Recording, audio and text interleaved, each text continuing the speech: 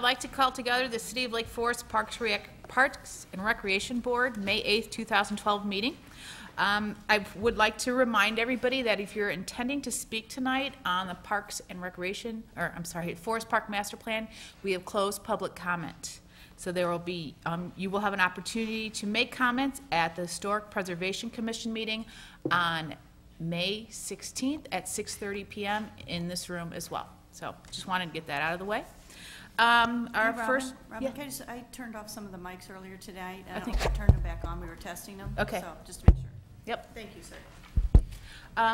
First order of business is to approve the minutes. Can I get a motion to approve the April 10th, 2012 board minutes? I'll make a motion. Second? Second. All those in favor? Aye. Opposed? Motion passes. Approval of the May 3rd, 2012 joint meeting of the Parks and Recreation Board and Historic Preservation Commission regarding Forest Park Master Plan. I'll make a motion. Second? Second. All those in favor? Aye. Opposed? Motion passes. I'm going to abstain since I wasn't there. All right. Should I ask for abstentions? Oh, I guess I should do that. You should too. So we should Take it have back. someone else second. I'll second. Okay. So we have 1, 2, 3, 4 yeses, 2 abstentions. Thank you. Okay, third, we will go on to resolutions of appreciation. We could skip this part.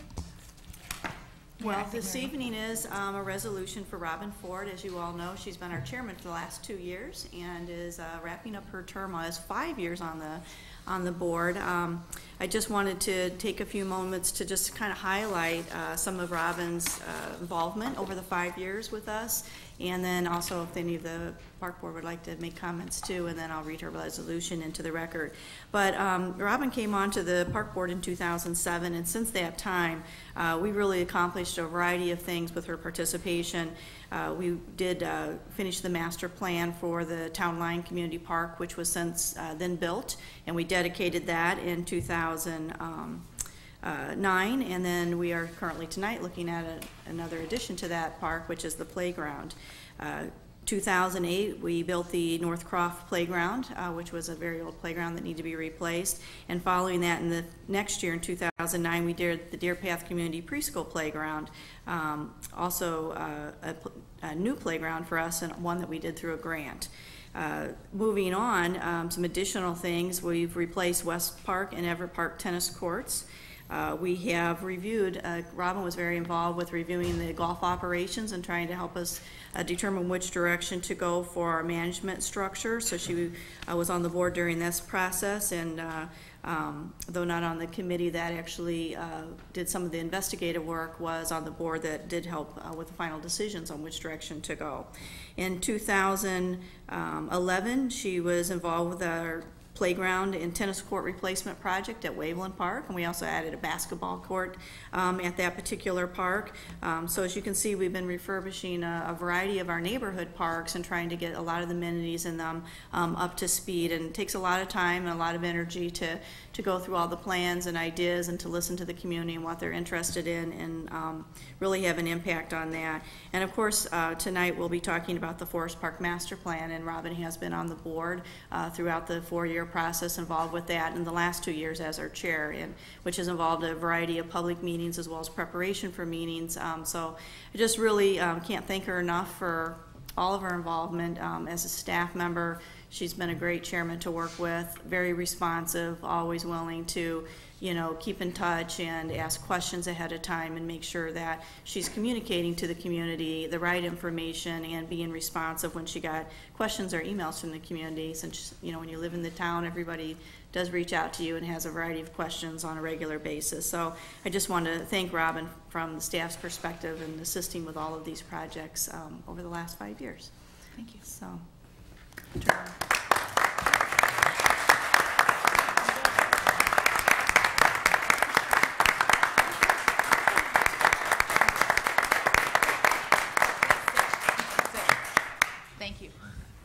Thank you very much. And I should mention that normally you don't get to be chairman 2 years, but Robin loved it so much she got to be it twice. Thank you very much. Does any of the board want to make any comments or? No. No. Thanks for everything, Rob. The standing O That works. sounds Great job. perfect. Thank you for your leadership. Thank It's been you a very pleasure much. working with you over the last 3 years, and Thank you. it's been a great ride. Thank you. It's been great to work with you for the last 3 months. I know. You know. Actually, I would point out that Robin joined the board when, and maybe some of you others have as well, when the terms were 5 years, and you have completed your 5-year term, so that makes it even more impressive, I think. It was quite a shock. Did not know that until we met. So, So if I could, I'll read into the record the resolution of appreciation. Whereas Robin Ford has served the city of Lake Forest as a member of the Parks and Recreation Board, May 2007 to May 2010, and as chairman from May 2010 to May 2012. Whereas she has devoted much valuable time and personal attention to the work of this advisory board, and on behalf of the citizens of Lake Forest, continually met her responsibilities with purpose and dedication. And whereas the citizens of Lake Forest recognize and are deeply appreciative of the valuable time and service she contributed to the preservation and improvement of the quality of life in our community by serving on this board, now therefore be it resolved that the City Council of the City of Lake Forest, Illinois, hereby expresses the profound gratitude of the citizens of Lake Forest to Robin Ford for the loyal and faithful public service she has given by means of this resolution, which shall be spread upon the permanent records of the City Council. Adopted by the City Council, May 2012. Congratulations and thank you. thank you very much.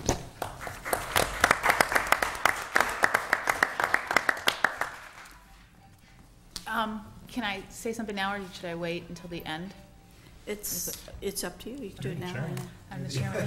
I just want to thank everybody. It's been a very eye-opening experience. I've been so involved in the past in our school districts, and this is the first time I've done something for the city, and where we have to bring, you know, when you're involved with the school, everybody has one focus. It's education. It's the students and the teachers and the staff. And here we're bringing people from all different areas and trying to. We have ideas, they have ideas, and we're trying to get everything to come together for consensus. And so it's been very interesting to see everybody's different points of view and try to do it in a respectful and honorable way. And I give everybody, all the people in Lake Forest who volunteer, the aldermen and everybody who sits on the boards and commissions, a lot of credit. It's a bigger job than you think it is, and there's a lot that goes on behind the scenes, and we have an incredible city staff for every board and commission that is in the city, and they do a lot of work, and they make us look good from behind the scenes. So thank you. I enjoy working with all the present board members and the past board members, and maybe something in the future I will do something, but 5 years now, it's time to take a little break. So I have really enjoyed it, and I'm glad I did it, and I encourage anybody in the city who's watching or in the audience to please volunteer for something. It's a great experience, and our town is wonderful. It's great to be able to help, and as a lifelong resident, I'm glad to be able to give back. So thank you all so much. Appreciate it. So, okay. We are now on to the Forest Park Master Plan approval. Robin, we need to recognize Connor Kenehan. Oh, I'm sorry. Yes, Connor Kenehan, our student board member for 2011 and 2012, was unable to make it tonight. He is on the high school lacrosse team, and they had a rescheduled game tonight, so he's unable to be here. But we do have a resolution for him as well. And it reads very similar, and he will receive that from City Council, Okay. so we won't read that just Okay. tonight since he wasn't able to join us, but I just wanted to make sure we mentioned him. Great. Okay, on to Forest Park Master Plan. First up, Ralph Gesualdo was called out on emergency business out of town, and so we will have a presentation by Cliff Miller tonight, who will be reading the letter from the Forest Park Project Board.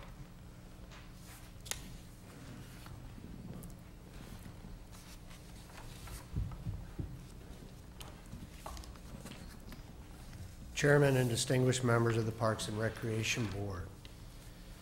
Dear members, tonight, after much hard work and diligence by a committed group of residents, the Forest Park Project Board is seeking your approval of the Forest Park Master Plan. The plan, which has been reviewed and discussed at public meetings over the past 4 years, and most recently in public meetings during March and May of 2012, reflects the feedback and considerations suggested by the public, city leaders, and our board members. We began our efforts by request of City Council in May 2010. Using the framework identified within the accepted conceptual master plan as gifted by the Lake Forest Garden Club. We have spent the the past 2 years refining the many elements of the conceptual plan to arrive at the master plan document shared on May 3rd, 2012. Forest Park is a special place that Lake Forest community feels is very much a part of our tradition and heritage. We knew that we needed to create a comprehensive rehabilitation strategy that provides the necessary stewardship for the future. We are confident that our proposed master plan respects O.C. Simons as well as Elmer and Hotchkiss.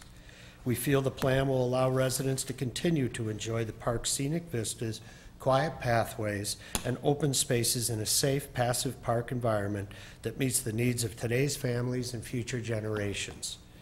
We have not arrived at these recommendations casually.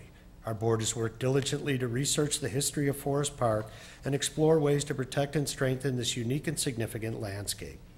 Our committee spent countless hours investigating key concerns and preparing detailed interim reports to help guide our process. In doing so, the board remained committed to following established standards of excellence in the areas of conservation, horticultural design, and engineering. Taken together, this collective research and public feedback helped determine the specific directions we have given our landscape architect, Stephen Stimson, for the design and drawing of the master plan for Forest Park. Throughout this process, we have listened and pursued alternatives to reach the master plan document for which we are seeking your approval tonight. We recognize that we received additional feedback at the joint meeting of the Parks and Recreation Board and Historic Preservation Commission on May 3rd, 2012. As a result, we will continue our process of evaluating this feedback and will determine our course of action before the HBC meeting and/or City Council meetings, which are scheduled to occur later this month. The Forest Park Board is considering making some minor revisions to the plan that may or may not include such items as removing the bollard light at the intersection of Deerpath and Lake, showing a location on the plan where 2 to 4 parking spaces could be added should it be deemed necessary in the future, showing the path to the North Point as a future option for consideration, and perhaps phasing in the proposed number of picnic tables and benches, starting with the number that are currently present. This reflects our process that we have used to date by ensuring that we considered all feedback in a timely fashion and move forward cautiously and conservatively. We do not feel these changes or others, if any, will significantly or substantially change the plan that we are asking for you to approve tonight. We are proud of this plan and of the many committed volunteers who have dedicated so much of their time and energy to this effort. The rehabilitation of Forest Park is truly a public-private partnership that represents the interests of the residents and civic leaders alike, because together we all share a passion for ensuring that this special park survives for the next 100 years and beyond. On behalf of the Forest Park Project Board, we request the Park and Recreation Board approval of the Forest Park Master Plan and its supporting documentation. Sincerely, Forest Park Project Board. Thank you. Thank you. Thank you. Mary, do you have comments from the staff?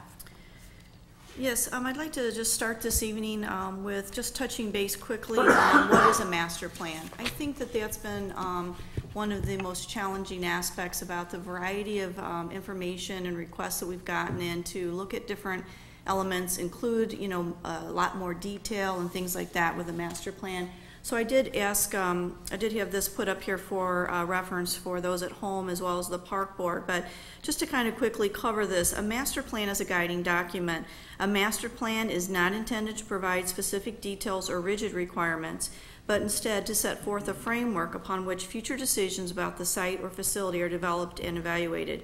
Importantly, master plans are not static documents, but are appropriately reconsidered from time to time and, if necessary, modified over time to reflect changing needs or to address unanticipated issues. So I think that you know, really what's important here is that, again, this is sets a framework. We've dealt with a lot of detail, however, as working on this plan that, quite honestly, is above and beyond what we've typically seen in the past. Part of that is because of the unique historic nature of this property and where it's located. There is requirements of some elements to look at a certificate of appropriateness, and in order for them to be able to do that, the detail part of that had to be identified. But I just wanted to kind of give you that framework, because I know there's a lot of questions as to, you know, exactly how it's going to be engineered, or exactly what kind of plants going in every single location in the park, how many and quantities and things like that. That's really not the intent of a master plan. Again, it's the framework of the types of plants, where the roads would be, where the paths would be, the typical surface materials we're proposing, and that kind of thing. So that I wanted to kind of start with that framework. The next, what I wanted to do is just kind of touch base upon a few of the things I had prepared in the staff report to the park board. I won't go through all the background and history. A lot of that's all documented in the master plan book itself, so I don't think that's necessary. But I did want to touch base just briefly upon the process. We have been following a standard city process, and that means that we started with the conceptual phase, and as you all know, we concluded that in May 2010 when City Council accepted the conceptual master plan. As Cliff just mentioned in the letter he read to the group, is that they then took that framework and have now refined it even further to come up to the master plan. And that really is what we call the design development phase, and we've been in that phase for the last 2 years trying to refine all those elements for the plan. If and should we move this forward to City Council and they approve it later this month, we would then be moving into what is the next phase, which is considered a construction implementation phase. And that phase, in particular, is where the detail starts to really be put together. We would do detailed budgets. We would look at fundraising initiatives. We would look at some construction plans and begin to develop necessary bid documents. We would look at timing and phasing of this project, and then we also have a few remaining items which we don't have done for the master plan, which is the signage and lighting plan, and some of the other detail like a tree replacement plan, a management plan that we've talked about. So we know where we want to put future trees that we're putting into the park, so there's a plan to guide this. So there is additional work at the much higher detail level that happens in the next phase. During that phase, anything that would happen with that, if it's involving money or expenditures or approvals during that, it has to come back to the park board as well as City Council in order to initiate the ability to do anything related to construction at the site. So again, we're finishing a phase, which is an exciting aspect, I think, to be at, but this next element, this conversation will continue as we look at what we can fundraise and what we can actually do to implement many of the visions that are here in this master plan document. So I wanted to reassure you with that. What I'd like to just kind of touch upon is a section here which was the staff recommendation, and if you will bear with me, I'm just going to read that paragraph for everyone. Is that from the outset, city staff identified that a master plan was needed to preserve, restore, and enhance this special park property. With no preconceived concept of what this new property plan could include, the city staff set out to explore the possibilities with the involvement of the community and to work together to create a framework to achieve these goals. This process has been long, comprehensive, and productive. Multiple studies have been undertaken to validate critical aspects of the design and to ensure that documentation was generated about the condition of the property and how it functions. It is also evident when comparing the 2010 conceptual plan to the 2012 master plan, the plan continued to evolve to find the proper balance between respecting the historical elements while enhancing the park to meet today and future passive recreation needs. As a result, it is this staff member's view that the master plan achieves the following: honors the park's legacy and passive recreation environment, addresses deteriorating infrastructure and amenities, addresses bluff stability concerns by increasing biodiversity, improves the lake vistas, our stately trees, open space, and overall landscape, enhances pedestrian circulation and safety, improves access to all corners of the park for all individuals, especially those individuals with disabilities, revitalizes the pedestrian access to the beach, improves parking options and parking amenities, and park amenities, demonstrates commitment to better maintenance, forestry, and landscaping stewardship practices, and overall, the master plan supports the essential recreation components of use, function, and aesthetics to ensure enjoyment of this unique park property for decades to come. I think that's a long and lengthy list of which we should be very proud of at the group of residents that have worked so hard on this have really tried to accomplish, and I think it really speaks very highly of the plan. I would also like to commend the Lake Forest Garden Club for their vision and commitment to the community by funding the conceptual master plan. And I'd also like to commend the Forest Park Project Board, whose countless hours as residents in vetting the design elements and conducting the detailed research has led to the final master plan proposal that's being recommended for your approval. And so then the next slide is what I wanted to touch upon. In summary, by recommending approval of the Forest Park Master Plan to City Council, it means that the Parks and Recreation Board is accepting a plan in substantial form that provides a framework for future decisions about the park.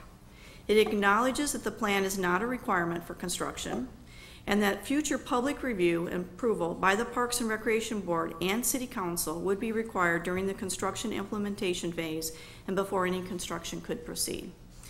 And with that, I would just conclude my comments in that I have found this to be a tremendously valuable learning experience. Little did I know, walking that park in the early stages of arriving here as a director would lead to the community dialogue that has occurred. I think at times it has been challenging, but I also think it's been healthy.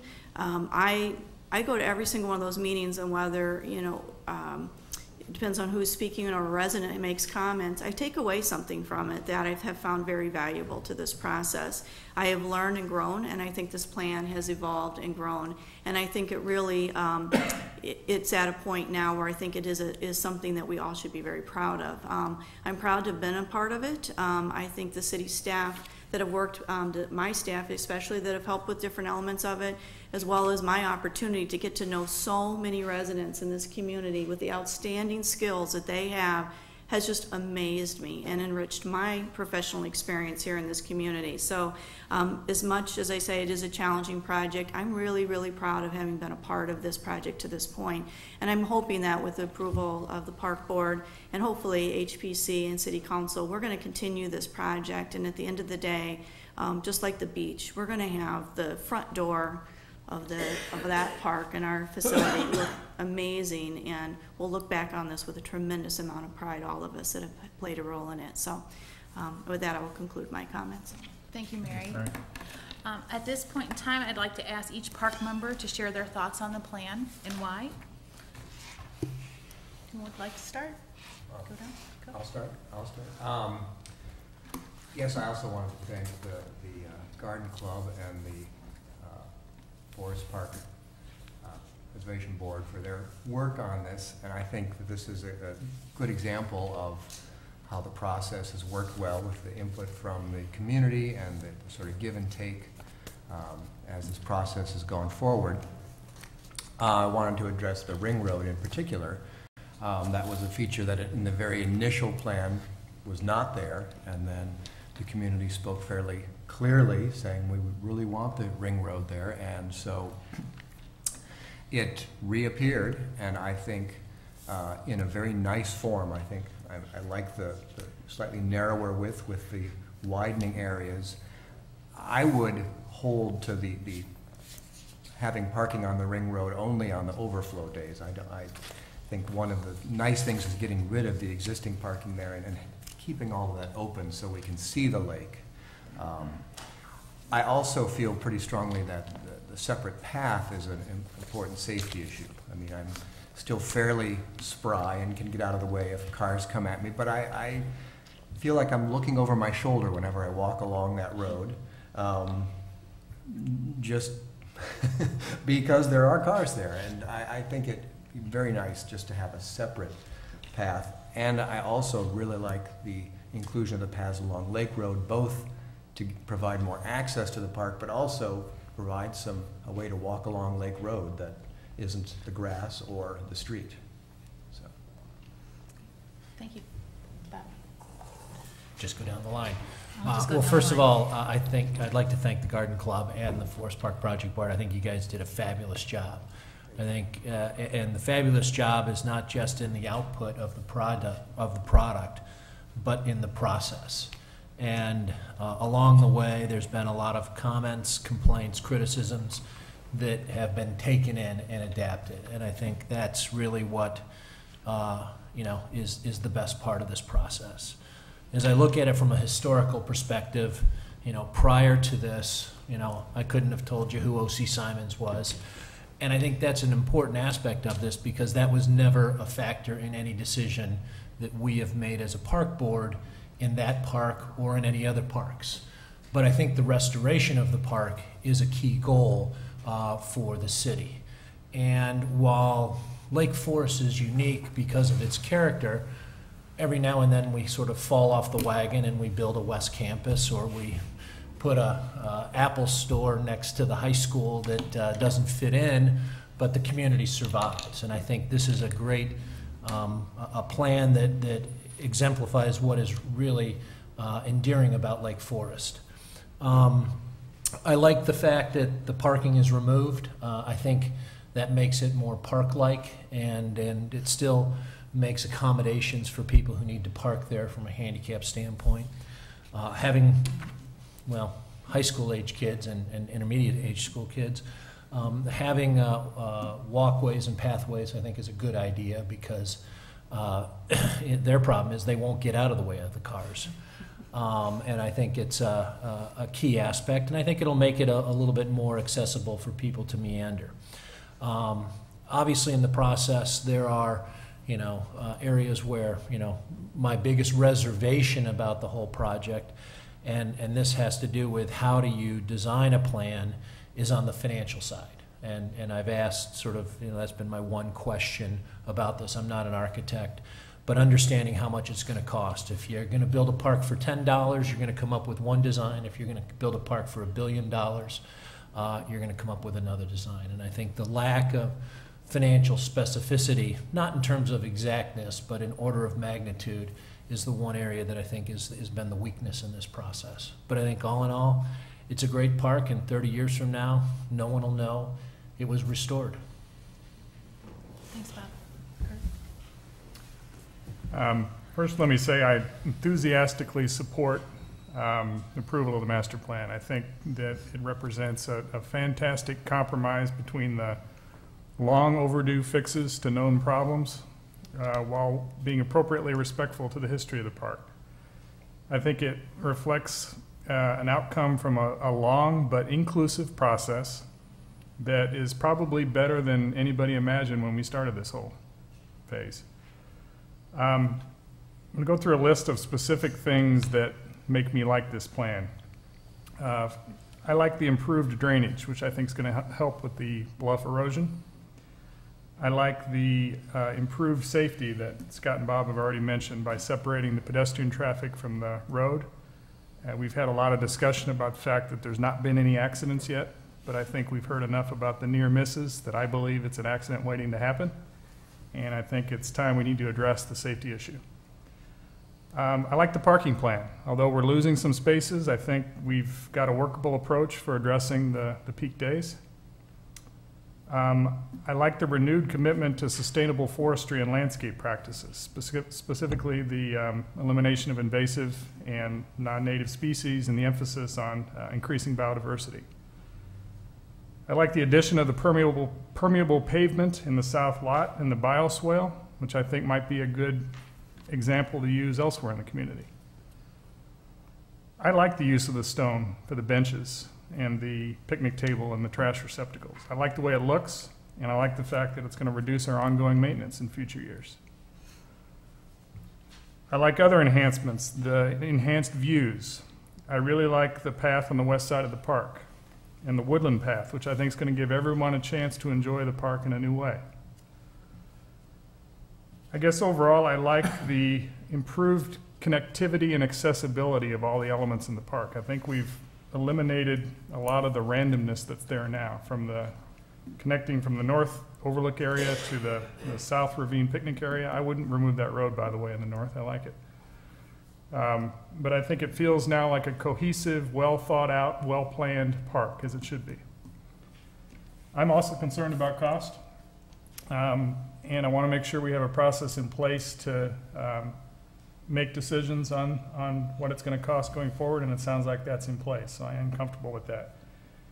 And I'd also like to thank Cliff and Ralph and Stephen, the Garden Club, the full Forest Park Project Board for your indefatigable approach to this, your perseverance. Very, very nice work. Thank you. I've also learned a lot myself, and I'm very excited. And I think it's time to move forward with this important project. Thank you. Thank you. My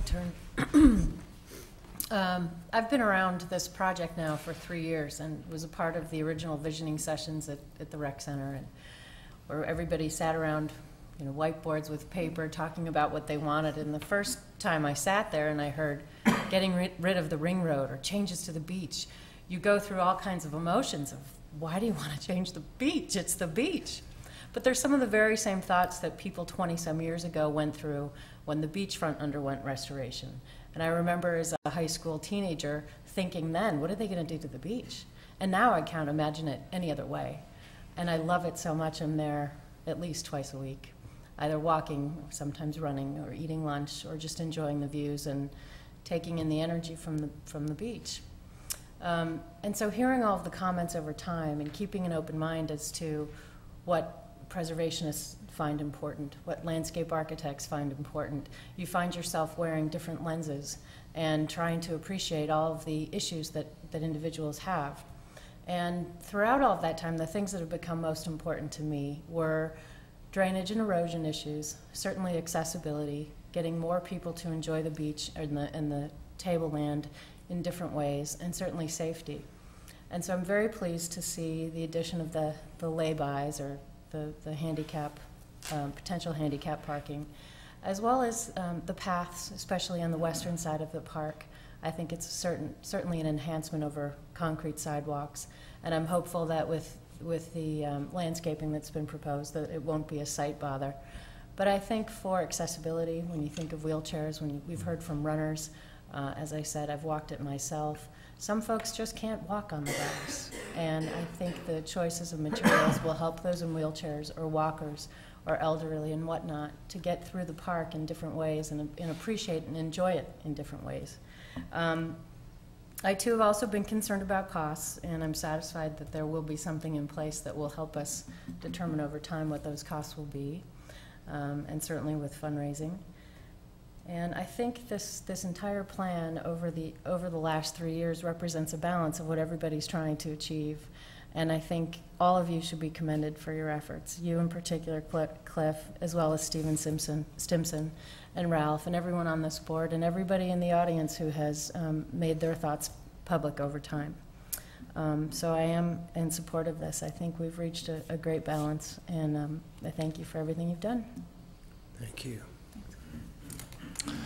I believe I have felt nearly every emotion possible during this process, both positive and negative, including surprise, frustration, sadness, anger, incredulity, empathy, excitement, and now anticipation, appreciation, and wonder, frankly.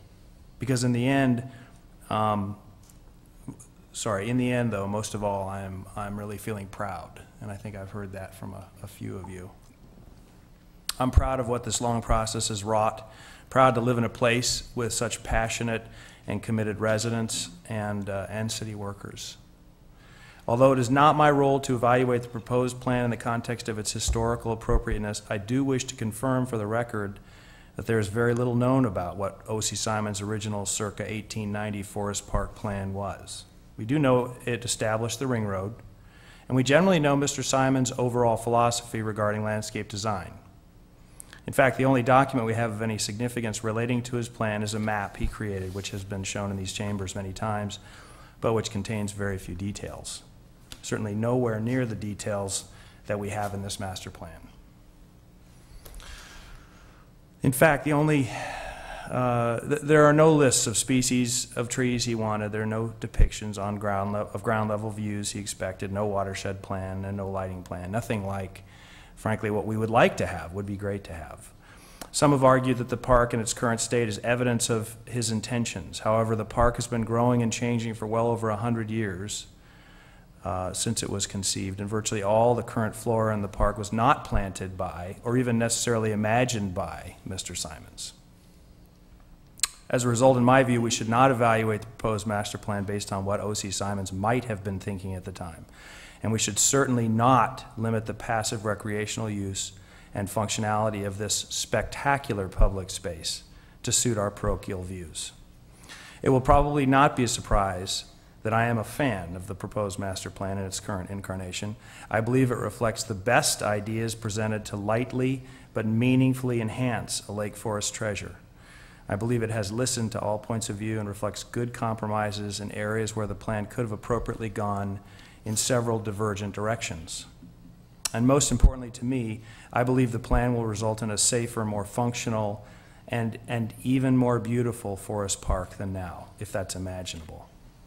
The elements of the proposed plan, I believe, will lead to the greatest use enhancement, include the new views that will be created, the new bluff walk and secondary connective paths, and I agree, I really like that connective path that connects to the northern bluff edge, and the new stone and wood-based furniture. The elements of the proposed plan I believe will substantially enhance safety are the new bluff walk and secondary connective paths and new lighting features. And I think the safety aspects are important. Do I personally like every single aspect of the plan? No. But the time for airing personal grievances is over at this point. It is now time to commit, and I am strongly committed to the master plan as it currently looks. And I guess I want to finish just by thanking you, Cliff, Ralph, and Absentia. I mean, you guys have done tremendous work, as well as the rest of your board. Of course, Mr. Stimpson and the city, you know, led by Mary. The amount of time and effort that's gone into this this document and many others predating it, I think is extraordinary. I understand that it is just a plan, and that it can be modified and must be created in a more detailed way prior to any final decisions being made. But it is one heck of a blueprint. And I personally, for one, don't want to see a tremendous amount change from it. I would really like to see it, and I'm excited to see it come to life. And I'm certain that someday our kids will go there and have this and share that sense of wonder I have now about it, and about so many things here in this city that frankly were controversial before they were built. Thanks. Thanks, Steve. As you all are well aware, we are the Lake Forest Parks and Recreation Board. The role of the Parks and Recreation Board is to serve as an advisory body in regard to the development and operation of recreation programs, playgrounds, the recreation center, the Deerpath golf course, the beach, and all other city-owned park and recreational facilities. We've also been charged by City Council to look at the essential recreation components of use, function, safety, and aesthetics of Forest Park. At the Joint Parks and Recreation Board and HPC meeting last Thursday evening, Bob Kiley mentioned that one goal of the City of Lake Forest is to separate pedestrians and vehicular traffic whenever possible. We heard from residents who have almost been hit by cars. We also heard from a resident who stated that in the past 10 years, there has been one accident in Forest Park, so we don't need the pathways. We have the opportunity to separate cars and pedestrians as the City of Lake Forest strives to do, to make this park safe for all, a goal that we as a board are charged to do. Why do we need to wait for that first accident, that first pedestrian being hit by a car? Let's be proactive instead of reactive. The new pedestrian pathways ensure that Forest Park will be a safe park for all of community use. I drove through Forest Park at lunch today. I saw many pedestrians walking the ring road. I moved for them. They were not walking in the grass and did not move for me. I saw one car parked in the perpendicular spaces facing Lake Road, not facing the water. The owner of the car was running stairs. I proceeded down to the beach. Personally, I'm a big sand beach person, so the closer I can get to the water, the happier I am. There were 5 to 6 cars down below, all facing the water with the drivers inside, enjoying the view. I also drove down to the South Beach lower parking lot, saw the exact same thing down there. Not one car in the South Beach upper parking lot. Today was a beautiful sunny spring day. Perpendicular parking in the middle of the lawn, in the middle of this beautiful park, is simply not needed. There is ample parking in the south lot, and the master plan does a wonderful job of adding a few informal parallel parking spots for the public's viewing pleasure. We have heard numerous times that one shouldn't build for the 1 or 2 out of the ordinary days, but for the typical days. And for those few out of the ordinary days, the Recreation Department has put in place a new parking process that will address the parking sequence during the summer months to efficiently manage the high traffic days at the beach.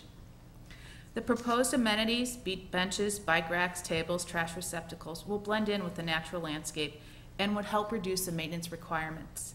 Ms. Hodges pointed out that O.C. Simons has used stone in his parks. Currently, the city of Lake Forest does as well, Lake Forest Beach and Forest Park being just two of these parks. Standalone water fountains at the beach and in Forest Park are both made of stone, as well as the north and south beach pavilions. Currently, we have a hodgepodge of amenities, multiple types of benches, tables, etc. With this new master plan, we will have a plan that unifies the amenities as well as taking into account durability and the reduction in maintenance expense.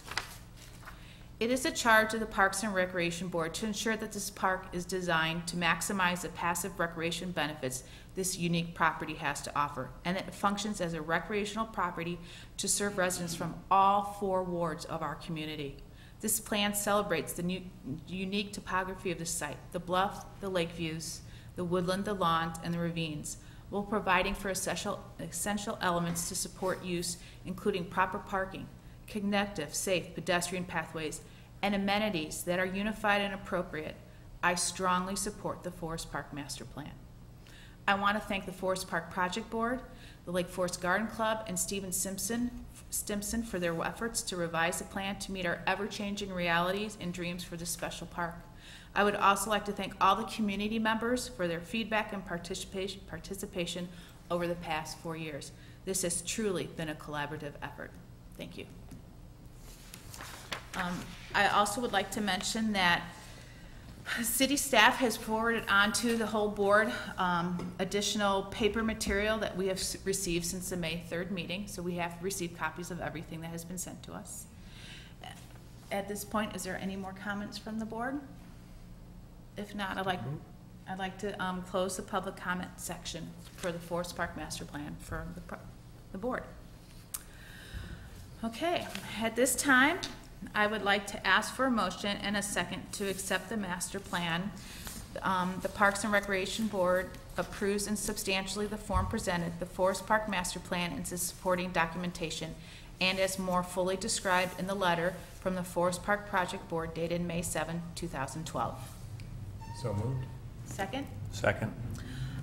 Mary, will you please call the roll? Chairman Ford? Aye. Member Green? Or yes? Member Hill? Yes. Member Schappe? Aye. Member Taylor? Yes. Member Turelli? Yes. Member Volkmann? Yes. Madam Chairman, we have 6 yeses and 1 absent. Okay, the motion carries. Thank you very much. Thank you, Cliff, very much. Thank you. Appreciate your time, consideration, and most of all, your public service. Thank you. Thank you. Thanks, Cliff. And thank you all in the audience for your dedication and time coming to all our meetings. It's going to be quiet around here now. It is going to be quiet around here. All right, on to our Emerald Ash Borer Draft Management Plan, presented by Superintendent Chuck Myers and City Forester Peter Gordon. Good evening, Chairman and members of the board. As you said, I do have Peter Gordon here, the City Forester. I'm going to go through the presentation and then we'll take any questions that you have. All right, just a very brief history with emerald ash borer. It is a species that's native to China. It arrived accidentally in packing material back in Detroit in 2002. It was first identified in Illinois in 2006, and then in Lake Forest in 2009. It is now widespread throughout the city. This is a map showing current distribution as of March. The white areas are considered infested. The dots are just represent counties that have it, and there are areas in Canada and up in the UP, so it's spreading rapidly. This is the core of it there. The U.S. Forest Service has stated that the emerald ash borer is the most destructive forest insect introduced into North America in recent history. They go on to say that our present ability to detect, contain, eradicate, or manage EAB infestations is limited. The eventual loss of the vast majority of ash trees in North America should be anticipated. To give you an idea of what we're dealing with, this is the top 5 trees on our street trees, that is. This is from an older inventory, about 15 years old, but it gives you an idea. Percentage-wise, Fraxinus is ash.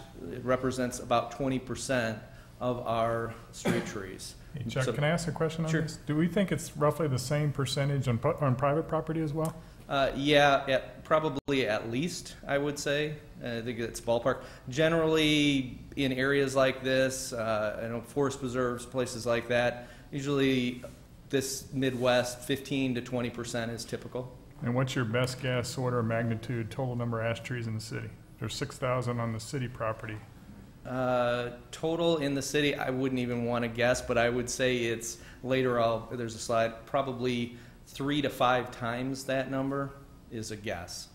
We don't really have information other than, I mean, Peter can comment on it later if he'd like, but you know, he has a good sense. He spent a lot of time in the city, so. That's just along the street, though, right? You got it. There's a whole And bunch of that- city property that's not along the street. That is so correct. it's It a wouldn't lot more include than things like the cemetery and city properties, the ravines, Does this any of include that. parks?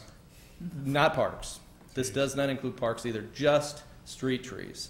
So this is just a very small picture. I use the data, you'll see later, to help in formulating this plan, but well, I'll go into that in a little bit. So you can see the only thing higher is maple, and that's all the maple species. Ash, that's all of them combined. Green, white, any ash tree would fall into that. So typically, they say the infestation has been here for 3 to 5 years before it's discovered. So back in 2009, we probably had EAB in trees 3 to 5 years before that, which leads to an incredible increase, an exponential increase in the population. So right now, we believe we're there. It's been here since 2009. We're seeing much more of it, and it's about to take off, and it's going to have huge losses for ash trees. We have removed about 125 trees to date. We have done some selective chemical treatment, and we'll continue to do that. Quickly on the biology, the adults emerge in May, June, so they're probably on their way now or soon to be. They are active for about a month. They have very limited feeding on the leaf itself that isn't damaging to any extent on the trees. They mate, they lay eggs. The eggs then hatch after a couple weeks. They become very small larvae that burrow down just beneath the surface of the bark, and that's the cambium layer. That's the layer where nutrients and water are transported in the tree. So the larva does a serpentine gallery or a tunnel in that layer, and I'll show you a picture, but it basically cuts off the nutrients in the water. So it's called girdling. It's basically just cutting everything off from the tree. And if there's enough of that, the tree's going to die. These things are only hitting ash. They wouldn't hit a maple tree. They're not interested They're only in... ash. Only ash. There are other, I won't go into others specifically, but there are other borers that do similar things to other trees, but this is specific to ash. The larvae then spend the winter in the trees, in that layer, burrowing. So in the corner here, in the upper left, that's the adult, much enlarged. There's the actual size down there. It's about the size of a dime. This is the larva. You can see it in that little tunnel burrowing around. That's about an inch long. This is the latter stages of it when it gets that big. It's basically an eating machine. That's all it does is travel around and eat. Again, this is the actual, that's what you'd see. So for the whole year, for the whole winter, it is traveling around in the tree eating? Well, most of its feeding is prior to that. When it gets Okay. too cold, it's probably not that active. On a winter like this, I would speculate they are still active to some degree. And the next slide, I'll tell you why. But you don't see the adults very often, even in heavily infested areas. You really have to know what you're looking for. It's not that obvious, as you can see from that speck on that ash leaf. What you will see is on the bottom here. You'll see the dead trees like that with incredible devastating effects right away. This is a picture from Forest Park, actually, and that bark has been stripped off, and you can't see it that well, but in this area is where the tunneling went on. That's what's killing the tree. The one on the right is Conway Park, and it's in the median. You can go out there today and see those. There's a number of them that are infested. What you're looking at, the speckled look, the white, is not directly from the beetle. It is from the woodpeckers that are feasting on the larva. And they call it flecking, and it means that a tree is heavily infested. They can hear it over the winter. That's why I say in the winter, they're hearing things underneath there, eating. Woodpeckers are well adapted to that. They pick off the bark, and they get at the larva that way. The result is that. The good thing about that is it lets us know what's going on. It's kind of a flag to us. We can see it a lot easier than anything else. And we saw a lot of that this year, unfortunately. So have we seen an increase in woodpeckers because of this? Yeah, woodpeckers, well, Or you can't? they're doing very well. They're just overweight. I assure you. They're just overweight. Yeah, Heavy woodpeckers. They're doing well. I think I would say that there's always Right. a good population. You just don't notice them. Right. This is evidence that they're out there. And Chuck, when it's at this stage, in the flecking stage, is the tree pretty much gone? Is it too I late? would say when it looks like that, yes, it's gone. I wouldn't try to save it personally. There's different levels of, different communities will say, 50% canopy loss and higher, they might say take it down. I would say that if I see that in the winter, I'm counting that tree out. It's not gonna survive. That's a heavily infested tree. And other than the woodpecker, is there any natural enemy to it? In its native country, yes. Here, no. That's why it's thriving.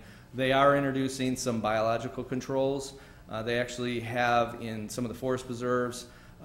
It's not going to happen very quick. There are a couple wasps that they've released, heavily tested wasps, I'll add, and they're very tiny little wasps. So there is some hope for that, but that's a long term. I don't want to give people the impression that that's going to wipe out this problem. So the impacts, obviously trees have a benefit far beyond aesthetics. There are many things that trees give the community. The stormwater runoff is a huge one. With the loss of canopy that we would be seeing with emerald ash borer, that's a problem. That's an impact. Trees intercept a lot of rainwater. They're also, I mentioned here too, the visual, the aesthetic impact, the decline in property value. That trees are a big part of property values. The hazardous dead standing trees that will be in the community, and then the expenses associated with that, and then the larger expense with trying to replace that canopy. This is just a quick comparison of Dutch elm disease. Some people have felt that, well, we've been through that, this is no big deal. Dutch elm disease was a big deal, and it wiped out a major portion of the elm population. Right now, it's kind of slow and steady, and we've still been dealing with it, but it's been around since 1928. Emerald ash borer since 2002. Dutch elm disease is a fungal disease, whereas emerald ash borer is just an insect, no disease associated with it. The Dutch elm is spread by insect or root grafting, whereas emerald ash borer is spread by flight, which is typically only about a half a mile per year for a generation, so it's not that far. So when you see the spread that we've seen in the U.S., the theory is that it was spread by firewood more than anything. That's how it's getting out way ahead of the front. So firewood, that's why you see this huge movement to stop people from taking firewood around the country. The two big ones here that I wanted to point out is big differences. One is the rate of spread. Right now, I would say Dutch elm is relatively modest spread, whereas emerald ash borer, as I said, is an exponential spread. It's happening quick. I would describe it as a wave that's about to hit us, and it's going to go through. That's why when you hear me talking about a 5-year plan, I'm not sure how long a plan will be needed. I think it'll be around a while, but unlike Dutch elm disease, I think this one is going to hit us hard, fast. The second thing would be safety.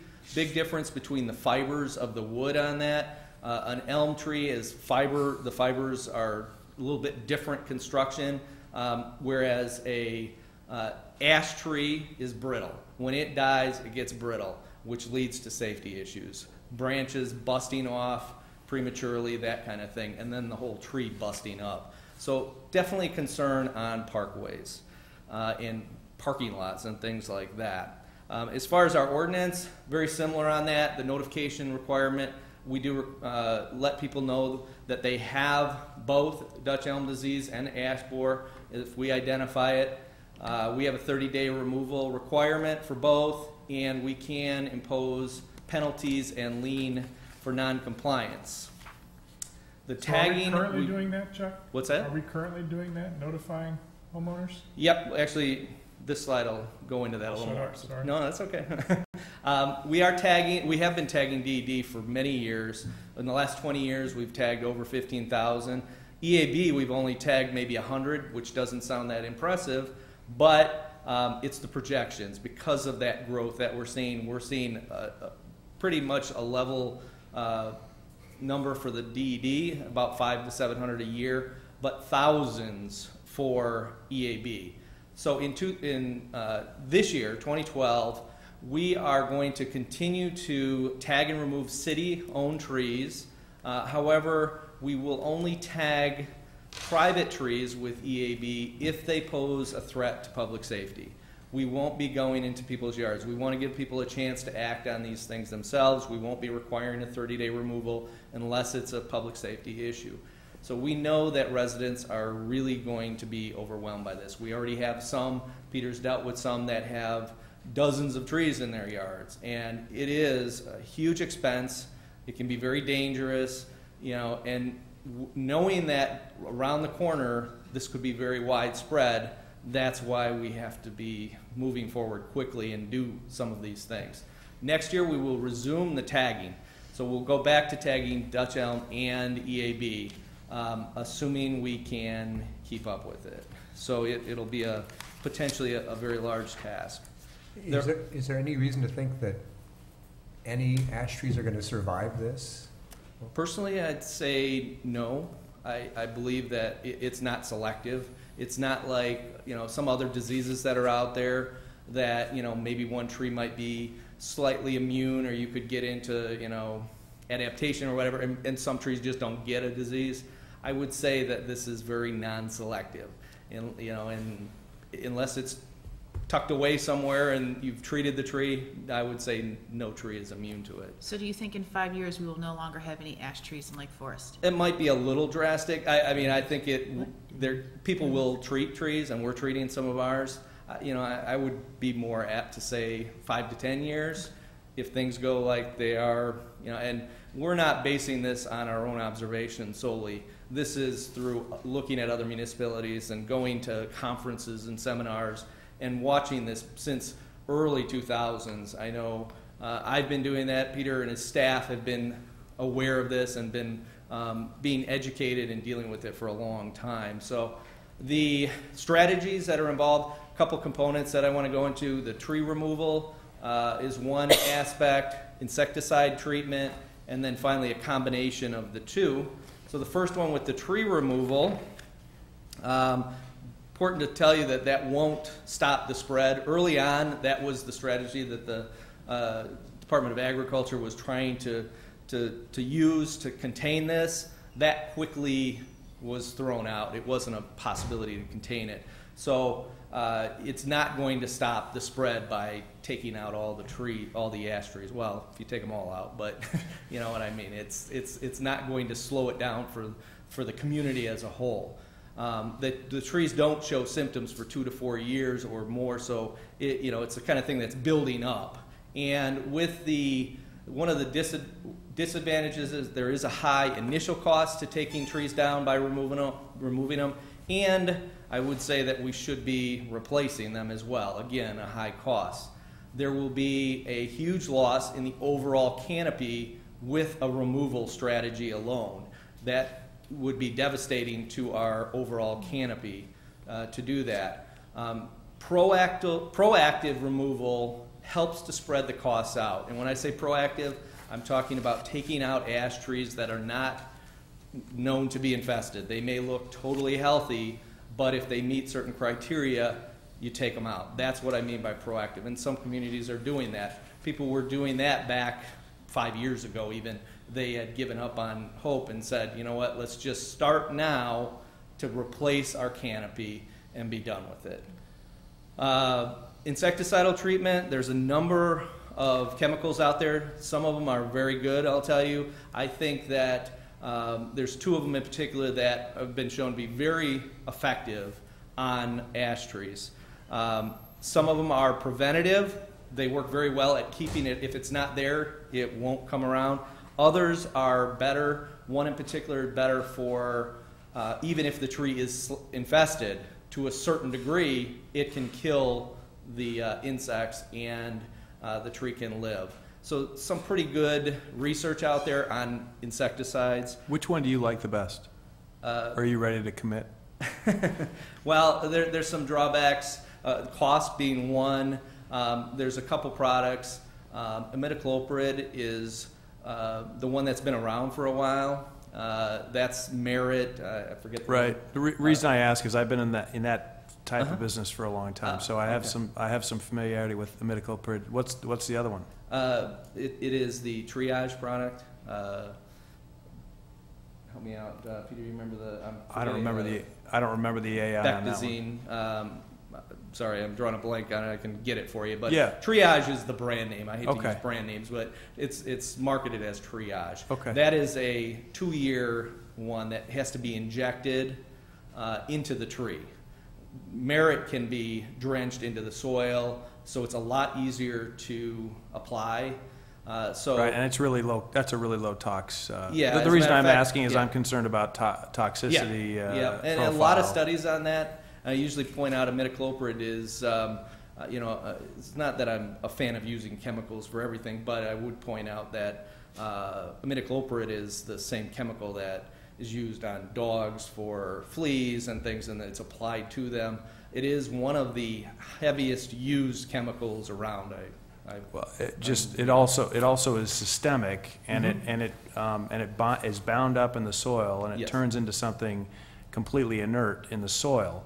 But that which gets, in effect, sucked up into the plant is not, isn't really present. You can't come into contact with it. You're protected from it. Yep, yeah. And that is the good thing about those chemicals. They're both translocated. They're systemic herbicides or pesticides that go through. Hopefully, they're not herbicides. Yeah, not an herbicide.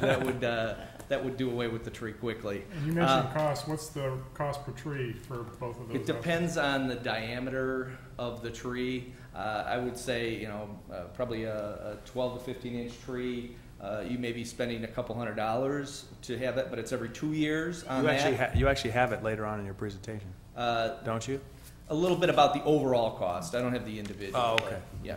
I'll give you an idea of the cost in a moment. So it is a great way for homeowners to protect their trees. I would encourage people to look at it anyway.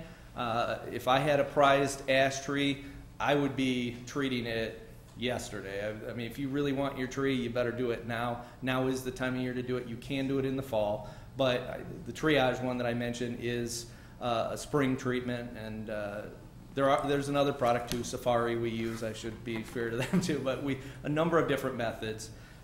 So the problem with it is for the city to treat all the trees, all the ash trees, is very cost prohibitive. Treatment will go on forever potentially. We don't see an end to this, and that's why you have to really look at the cost over the long term. Is it better to just get rid of the smaller tree and start over with a new one? That's kind of the philosophy. So that's the final strategy, is to combine those two and look at a removal and treatment option. That's what we're doing now. And that is a strategy where you're treating the highest quality trees, the high profile trees, a lot of the bigger trees, and you're removing the less desirable, less healthy trees that are, you might look at trees under power lines, trees that are too close to houses, buildings, all that kind of thing. If there's mechanical damage to the trees, they would go. So that's how you would select it. And then that would reduce the risk to the public, safety, and the impacts are mitigated over several years. Some communities are doing the same thing with insecticides. You treat your trees because you don't want to lose them all overnight. So you treat them and you slowly take them out. That's a philosophy of some bigger cities, actually. It's not that they're trying to save all their trees, they'd like to, but they've just realized that if they lose all these trees at once, they can't keep up with it. So these are all ways of mitigating the costs over a number of years. So we're working on an EAB plan. We have a draft right now. We're still working on a lot of the details with it. To start, we're going to do a tree inventory. I mentioned the other one's about 15 years old. A new tree inventory is planned for this summer. We will be using that in a software program as well, so it's more than just a number of trees. We're not going to just come back and say, well, we've got 10,000 ash trees, great, now we know what we have. We'll use those numbers in software to manage the population. Very helpful to us moving forward with this and with all of our tree needs. You can use it for pruning cycles and that kind of thing as well. So we do have a 5-year treatment, removal, replacement plan that is, we're hoping to have that done early fall. So you'll be seeing that again in its final states. It will be something that we continue to update. Things are going to change over the years, but it's something we have to get done now to really make a difference on that. We will continue to educate residents, particularly on those chemical treatment options, but also removal and replacement options. We will continue to respond to residents' calls. If people need us to inspect a tree, to make a recommendation, we can do that. We may be overwhelmed by that, I will be honest, so we would encourage people to seek out a certified arborist if they want to treat their trees or if they want some advice. But the city, Peter, gets a lot of calls now, and right now we're able to inspect, make recommendations, and try to help people with that. So this is a little bit of the management plan that I've been talking about. I don't want you to take this as a done deal. This is when I took the old inventory numbers, outdated numbers, and put together a little bit of a strategy. This could change. We're still working on this. But the idea would be if an ash tree is less than 12 inches, it would be removed. Healthy or not, it would be removed. Again, over what time period? Over the next 5 years, but if they're small trees, I would anticipate the smaller trees with a new inventory, we can take them out relatively fast. I would like to move that up a lot, but over the next few years. Anything I say for the most part is within a 5-year time frame, if at all possible. But there's 4,500 trees there. So those are all less than 12 inches. They would all come out. Removal of 50% of the 12 to 18 inch trees. And that's the diameter at breast height that I'm talking about. 50% of them taken out. And again, that would be where you'd be selective. Take out the trees that are poorly planted, whatever kind of defect they might have. And then you would treat the other half of that group. Then when you get into the next size class, the 18 to 24, we would take out 25%, leave 75%, and then finally, in anything over 24 inch, we would treat. So Question. If money wasn't an issue, would you have a different plan? I guess let me ask it different. Would you if you could treat them all for free, would you do that versus cut them down? That I can relate to. I would say I would probably treat more trees if money wasn't an issue. It would be now, and again, that's assuming if money's not an issue, we have a huge staff that could actually do this, then I would.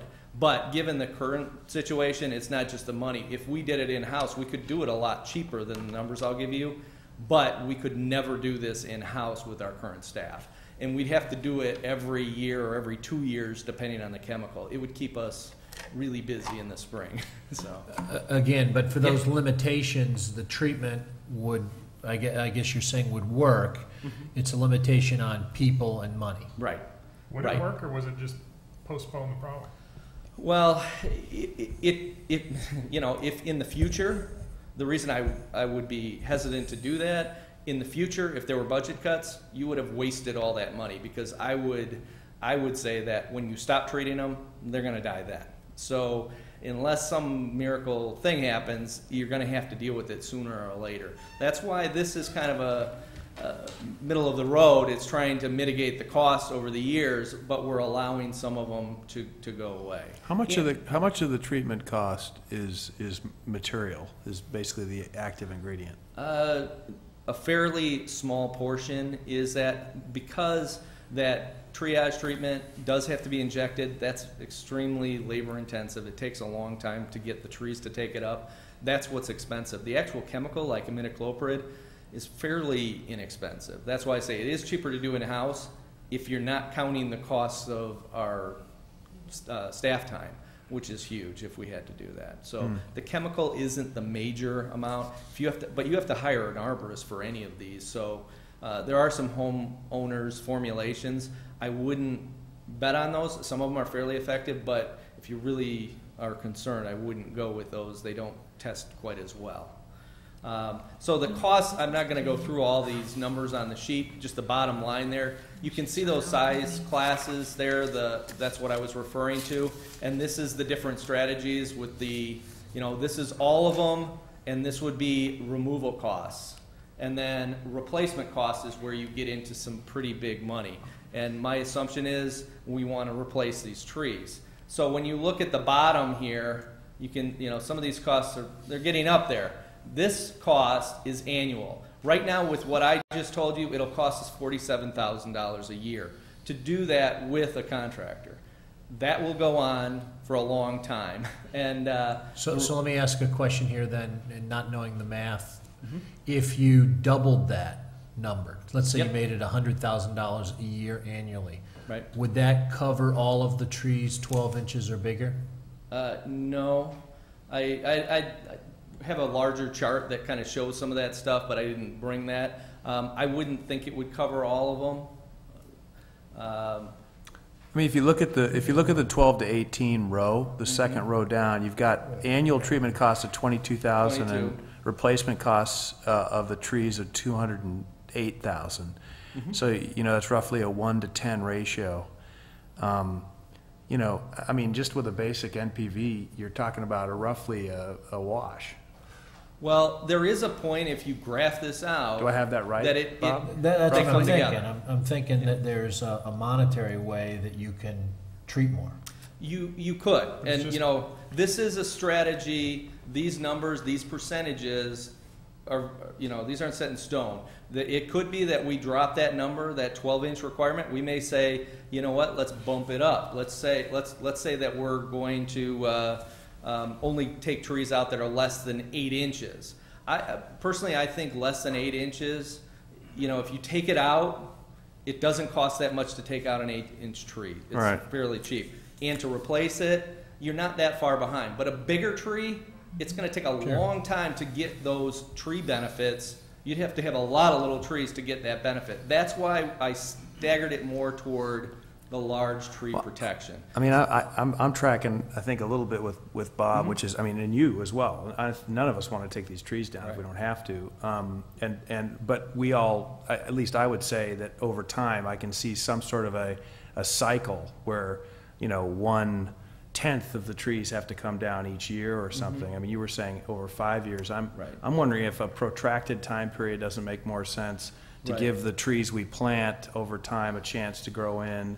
Yep. And I'm also wondering about the cost of the of not just the chemical, which I expect is going to come down because there's going to be, this is a big market that's being created in this area. So there are going to be a lot of people running at that, and there's not just one, as you pointed out, one chemical. So those guys will start competing as the volumes go up. But from a staff time standpoint, I can see how that would be a huge issue. If we sort of treat it on a 12-month basis, I don't even know if you can. No, you have to treat, usually it's spring on one of the chemicals. Some people treat with imidacloprid in the fall, and that's okay. I mean, I'm just wondering if you could treat 8 months out of the year, maybe you could hire a couple of people that just do that all the time. Yeah. And and again, this is the modifications as we go forward with the plan. That's what we have to do. And believe me, I know the clock is ticking. So, some of these decisions sooner than later need to happen. This is. I mean, directionally, I think you're running down the right road. The question is, how long it takes for you to get through it and so forth. Right, and I've run with some graphing. You can look at when the costs start to catch up between replacement and treating, and at some point, the treating, takes over, and at that point, it's costing you a lot more than if you would have just taken the tree out. And we don't want to lose the trees. We'd like to save them, but at a certain point, the smaller trees make the most sense to just start over and say, okay, let's start a new diverse, keyword diverse, so we don't get into this again with a tree species like ash. So, does it cost more to treat a larger tree than a smaller tree? It does. Proportionally? It's by DBH. The cost is by the diameter. So this is just a summary of all that chart. So you can see the per year cost over that 5-year plan, and removals per year about 106,000. So this helps you with what you were figuring before. But replacements get pretty staggering. Obviously removals we can spread out, and it's probably manageable. Especially these costs are based on contractor. I would say that we'll be taking a lot of them out ourselves.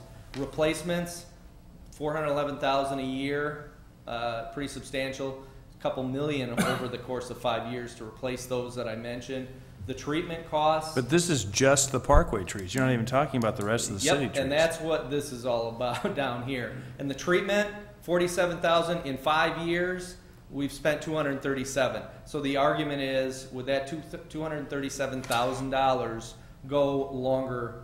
Would it go more toward new trees? That's how you kind of have to look at it, and that's where this total, fairly staggering, but it's going to be adjusted by treatment option versus replacement. On the bottom, that's where I said the 3 to 5 times for other city properties, golf courses and all that, parks, all that would many times that, but also, you're talking of costs in the million again for those kind of trees, and replacements in the, $5 to $10 million. Resident impacts, I don't even really like to guess. Huge. It's a huge cost to the community, without question. That's why treatment, it's going to go on for a long time. But some people have yards and their backwoods are full of ash trees. That's going to cost a lot unless you decide to just let them fall and leave them. If you want to replace them, which Lake Forest values trees, and I think everyone's going to want to replace these trees. So that's why we're giving these numbers to give people an idea. Before you leave the dollars, how are we going to afford this? By one, we're starting to communicate with City Council. Things like the tree inventory may not seem like a direct help to the trees, but I assure you it has huge implications for us managing it. So that's a huge thing that we've asked for. We will be putting more money into our CIP as the years go by, to deal with this and the best we can. At some point, if there's hazard trees, we're going to have to ramp it up, and we're trying to do that now, and we're trying to get ahead of this. But how we're going to pay for it is we'll be going to you, and we'll be going to City Council, and we'll be looking for the funds to do it, whatever means. I mean, there may be some equipment needs, there may be contractor money, that kind of thing, just to keep up with it. So, yeah. Go ahead. The tree inventory that you're doing, that's not just for the city, the street trees, that's for all the trees in the city on Well, public initially property. it is just the city street trees. Oh, it's just the And city street. when we have it started, we in-house, and this is a contracted thing, we'll do some of it ourselves this year with interns and with staff, but we will have the software and we'll have the ability to keep doing it. So on our own, we'll do the parks and places like that, because we want that anyway. We have done Forest Park, not for this reason. We did it for the Forest Park project. Same kind of software that we'd use there, we'll be able to manage those trees. Chuck, is that a volunteer opportunity for the right group in the community to take on that inventory project? It could be. We looked at, we may be getting an intern from the college. We're looking at that, and that would be at no cost. So we're looking at those options. We do want to make sure, we don't feel we could just send out a huge group of people that aren't trained. It's not just the species. We're looking at condition. So we do like the idea of having certified arborists or someone that could work with a certified arborist and get trained in it. So it's kind of hard to have a whole lot of volunteers doing a volunteer day and get the kind of information and data we'd like to, particularly on the condition of the trees. It's fairly extensive. That's why it costs a lot to do. You have to know crowns and decay and that kind of thing. So the final thing that I'm going to talk about is the community outreach that we're doing. We will continue to provide information through local media sources. We have done some articles already. The city website, we are going to put a special page just for EAB, a link that will have all kinds of information to homeowners, not just on how to deal with it, but also tree replacement, things like that. The dialogue, the rec brochure, things like that. We already are carrying a lot of stories on that, and we're ramping that up as we speak, and some direct mailings.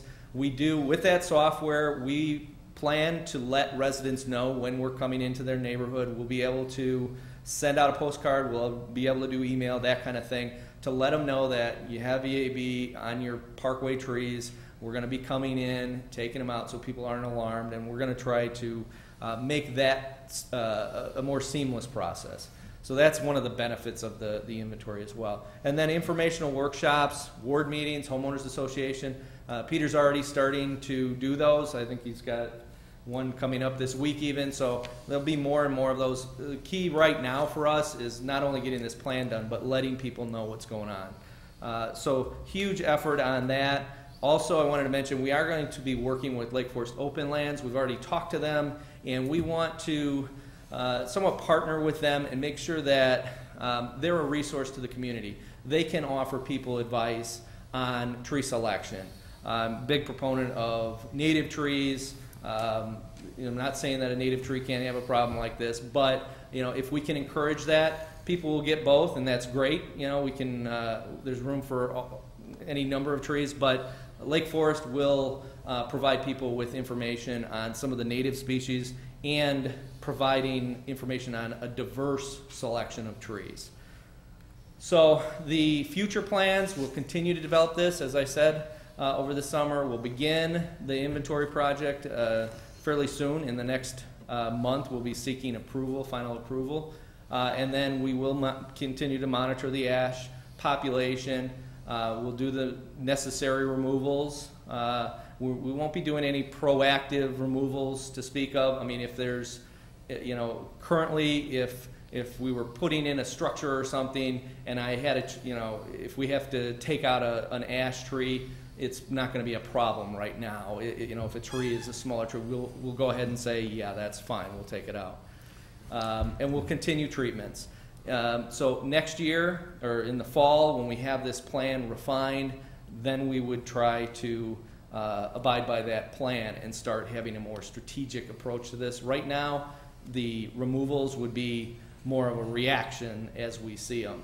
And then in 2013, we'll complete the citywide tree inventory, hopefully. That's my hope, to get that done. And then we'll develop a comprehensive urban forestry management plan. That's much broader than an EAB plan. That's dealing with all the trees in the community. Through that inventory we're doing, we'll be able to make some good plans for going forward in the future. Planting plans, things like that. That's kind of the ultimate desire with an inventory, to get that as well. I've already answered some questions. I know it's been a while, but I'll just make, oh, go ahead, Lauren. Just one more comment, which is, I would love to see you relook at the math. I think more treatment might be better than less. And given a trade-off between that and other park capital initiatives, I think there's a greater benefit to the community in the immediate sense. And, if 2-3 years from now, there are other treatment options or other natural solutions that get discovered, you're better off. But rather, taking out a lot of these trees, I mean, you're right, the impact, not just on the city, but on the residences of Lake Forest, and figuring out a way to, get a cheaper treatment solution for everybody in town might make it easier for the city as well. We are looking at that, and we are open to changing that by all means, and we appreciate the feedback. We'll continue to work on that before we start this. You did remind me of something, too, that Peter's working on. When you talk about reduced costs, we are looking at programs to help people buy trees, replacement trees, at a reduced cost. Try to use the buying power of the city to have programs with open lands, potentially, where we can offer trees at a reduced rate. Did you have some? I did, but go ahead. Well, I just have a couple things. This feels like, I can tell you have a sense of urgency about it, Chuck, but I have an even greater sense of urgency. I at least, I don't know, maybe it's not greater than yours, but I have a great sense of urgency. When you say you want to do this inventory over 2 years, that doesn't feel right to me. It feels like we ought to do that inventory this year, and really have that plan completely done by the end of this year, because there's, the way my math works, this could look like, 3 to 5% of the city budget, every year. This is big numbers. I really do agree. I agree with what Bob said. I think treatment makes, you can't treat every tree forever. I get that, but we can make this plan a 10-year plan or a 15-year plan, and spread the costs out over a long period of time to help the city swallow it, because it's going to be big dollars, while maintaining, our canopy substantially through that time period. And if we look at ways to treat that are more cost effective, hiring extra people, doing it in-house, having a bake-off with the 3 guys with the chemicals, there's a whole bunch of ways to do it. And probably a lot I haven't thought of, but you guys really need to think out of the box, because these numbers are. You talk about Forest Park costing a lot. This isn't even in the same ballpark. My last comment is, and it sounded like you had it in mind, but I love the idea of offering something to the residents, whether it's a cost that benefits from the city buying power on the treatment side, as well as on the replacement side, or some other way that the city can create a program for residents who want to, that would be a wonderful service I think the city could provide. And I think you guys should really think that through, because if your numbers are right, we as residents have many times over this problem. So. Yeah, absolutely, and I won't disagree with you on the tree inventory. 2 years is a bit long. We are trying to get as much done. My hope is that this year, through creative ways of getting more done, next year we only have a small portion to deal with. It'll get us ahead the more we can do. And I would refer back to the earlier question about if money wasn't an issue, yeah, I would have the. Well, and I inventory get done. that. I get that. I think this may be an example, though, where if we're penny wise now, we may end up regretting that later on, and so I guess I would direct this to you and to Mary. I mean, if we need to hire somebody now to get this figured out short term, maybe that's a good use of short term cash. I mean, it really is a budgetary issue, and one that, we took before City Council, because originally we asked for a smaller amount in our CIP, so back in November, when we came back around in March, we brought additional dollar amount request to City Council to help us start this inventory and get this software in place, and they did agree to increase that amount. Obviously, there's many needs, and the urgency here is concerning. That's why the City Council saw this presentation for the first time too, really just a couple weeks ago. So they're digesting it the way you are, and I think we all are going to have to be creative about how we come up with what we want to do to address this issue and the funding challenges that it's going to be. It's the look of Lake Forest is going to change substantially in the next 10 years, but we can, hopefully do that in a fashion that, then we can get some trees back in too, so. I'm assuming other communities are taking an aggressive approach as well? Like a higher It varies, and there's a lot of articles in the paper these days, and I will say that a lot of people are using insecticide treatment programs. But there's just as many people doing a combined approach like we are. It's just where you kind of put those levels. Is it 20%? Is it 50%? How much are you going to treat? Cities like Milwaukee are going all out with treatment. I would say that theirs is one of those strategies where they're just trying to mitigate the costs over years. I don't know. I think that's the impression I get, is that they're just trying to slow down the removals. I'm sure they would love to save trees, and maybe there's a little bit of a hope that they'll be able to do that. But that's their policy right now. In the paper lately has been Gurnee and some of the other local communities.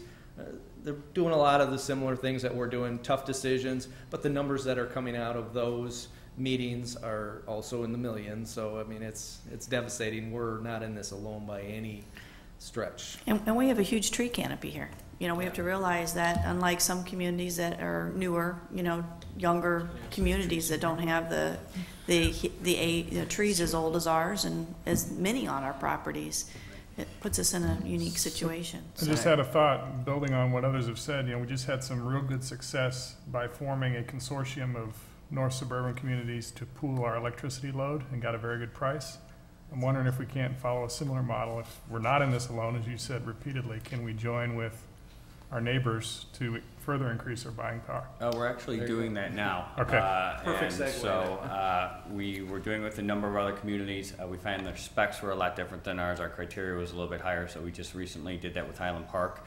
And so we went in together and jointly were able to get our prices reduced. This is for treatment? This is for tree purchasing, and there is a bid out there for treatment. And so I think one of the things that I certainly don't want to underplay here is the fact that it is here and it is certainly at full bore.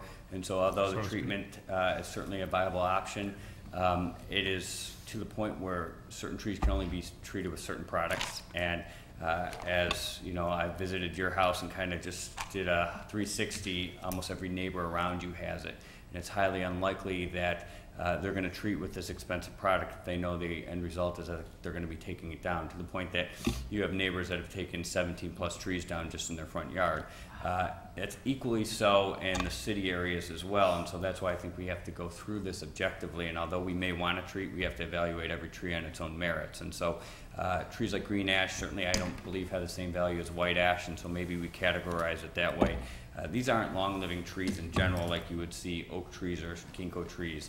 And so although we have to weigh out those things for a number of reasons, including storm runoff and aesthetics, I think we have to take a much more methodical approach. And we've kind of just generically categorized some of those numbers. it's important to know that those 12-inch numbers, that was based on a tree inventory 15 years ago. It's fairly likely that those numbers are in the 15-inch to 18-inch categories, if not more. Therefore, that price certainly escalates. And so that's been one of the drawbacks to having kind of an antiquated inventory. Not to mention we were one of the first communities to have that, and you can certainly imagine how technology has changed. So certainly playing off your direction, I couldn't agree with you more, but I think we need to kind of even peel that onion a little bit more, if you will, and look at species and some of those other things that Chuck had earlier mentioned to you, because it's not as easy, unfortunately, as to say let's treat. I'd like to also mention that my mic, is this really loud? It seems Yes, we can hear you. unusually loud or something. But I also think that, this is going to be a topic that we need to really get our hands into and get a couple, park board members possibly very involved in this project, to have conversations with a couple of city council so that, we can continue to, get this program to a level where we can make sure that everybody's on board understanding with what we're dealing with. So I think that's something that, I just wanted to highlight to the park board, that, staff can do a lot of work and get things prepared, but we want to bring you along with that process, because you also, hear what the residents are experiencing as well, and that perspective is going to be really important to us. But I think gauging a couple city council, a couple park board on this topic is going to be really important, because we're going to have to work together to address this issue, very closely in the next, year. So. Great. Thank you, guys. Any other questions? Thank you. Thank you very much. Okay, on to Town Line Community Park Playground Surface Approval. Chuck doesn't need to sit down. He's going to be presenting this. Hey, Robin, I think, was there any residents that wanted to speak on that? Did you, Robin? Okay. Thank you. All of you went very pale when you heard this terrible news about the Armageddon of the Do you want, can you stand over there? Thanks. Be easier for you. Rami Lopez. Rami, I have to go for another meeting. It's not because you're speaking. Thank you. I was about to agree with you. So you heard that part. That seems like there's a value proposition in treating the trees, especially the larger ones. I just wanted to give a homeowner's perspective. We have 4 very large ash trees in our yard. I had them treated last May. It cost $488 for those. They're about 25 inches in diameter, so they're very large. So that was a real value proposition to us to keep those trees, compared to, say, the cost probably $400 easily. They're right next to my garage. To take it down, buy a new 3-inch tree, another $400, plant another $200. So I felt very secure in moving ahead that the payback would be a benefit. My question is, given that it seemed to be a good value, I have hickory trees on my parkway, yay, but I would have been very happy to treat the tree on my parkway if I had an ash tree.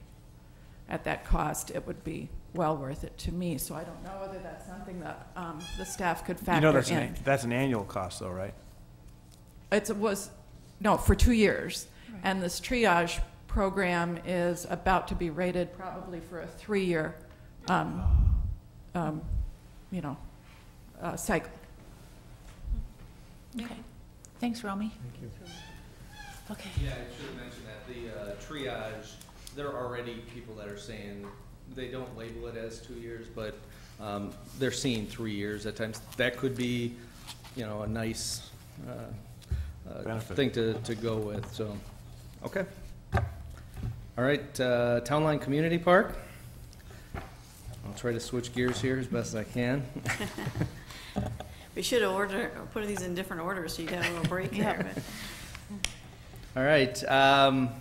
So staff is seeking Park and Rec Board approval for playground installation materials and surfacing for Town Line Community Park. Last time, March 13th, when we met, you did approve the purchase of the playground equipment. We have purchased that. We have that at the MS building right now. And we agreed to delay the surfacing options to look at the surface drainage with the project, with the drill and fill that we did. So we wanted to give some time to look at that, have the spring to evaluate how that was going before we move forward. So we're back here today. A lot of people are keeping an eye on that field. We are as well. We've been watching it after that heavy rain we went out. And I should say that typically in the past we were looking at 8 to 10 days on a big rain like that before it would be playable, and it stayed very wet for a long time. We were pleased with that heavy rain. It was wet the next day, no doubt about it, but within 3 days we felt it was playable.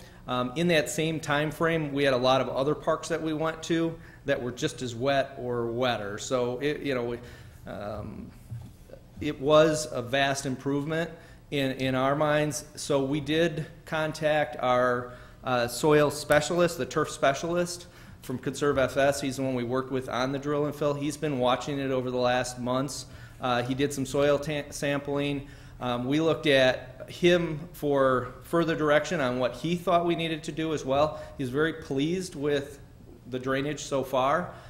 He did, through the soil test, it shows that it is very heavy in clay, and it's also very heavy in magnesium. So that was one of the things he said we need to address right away.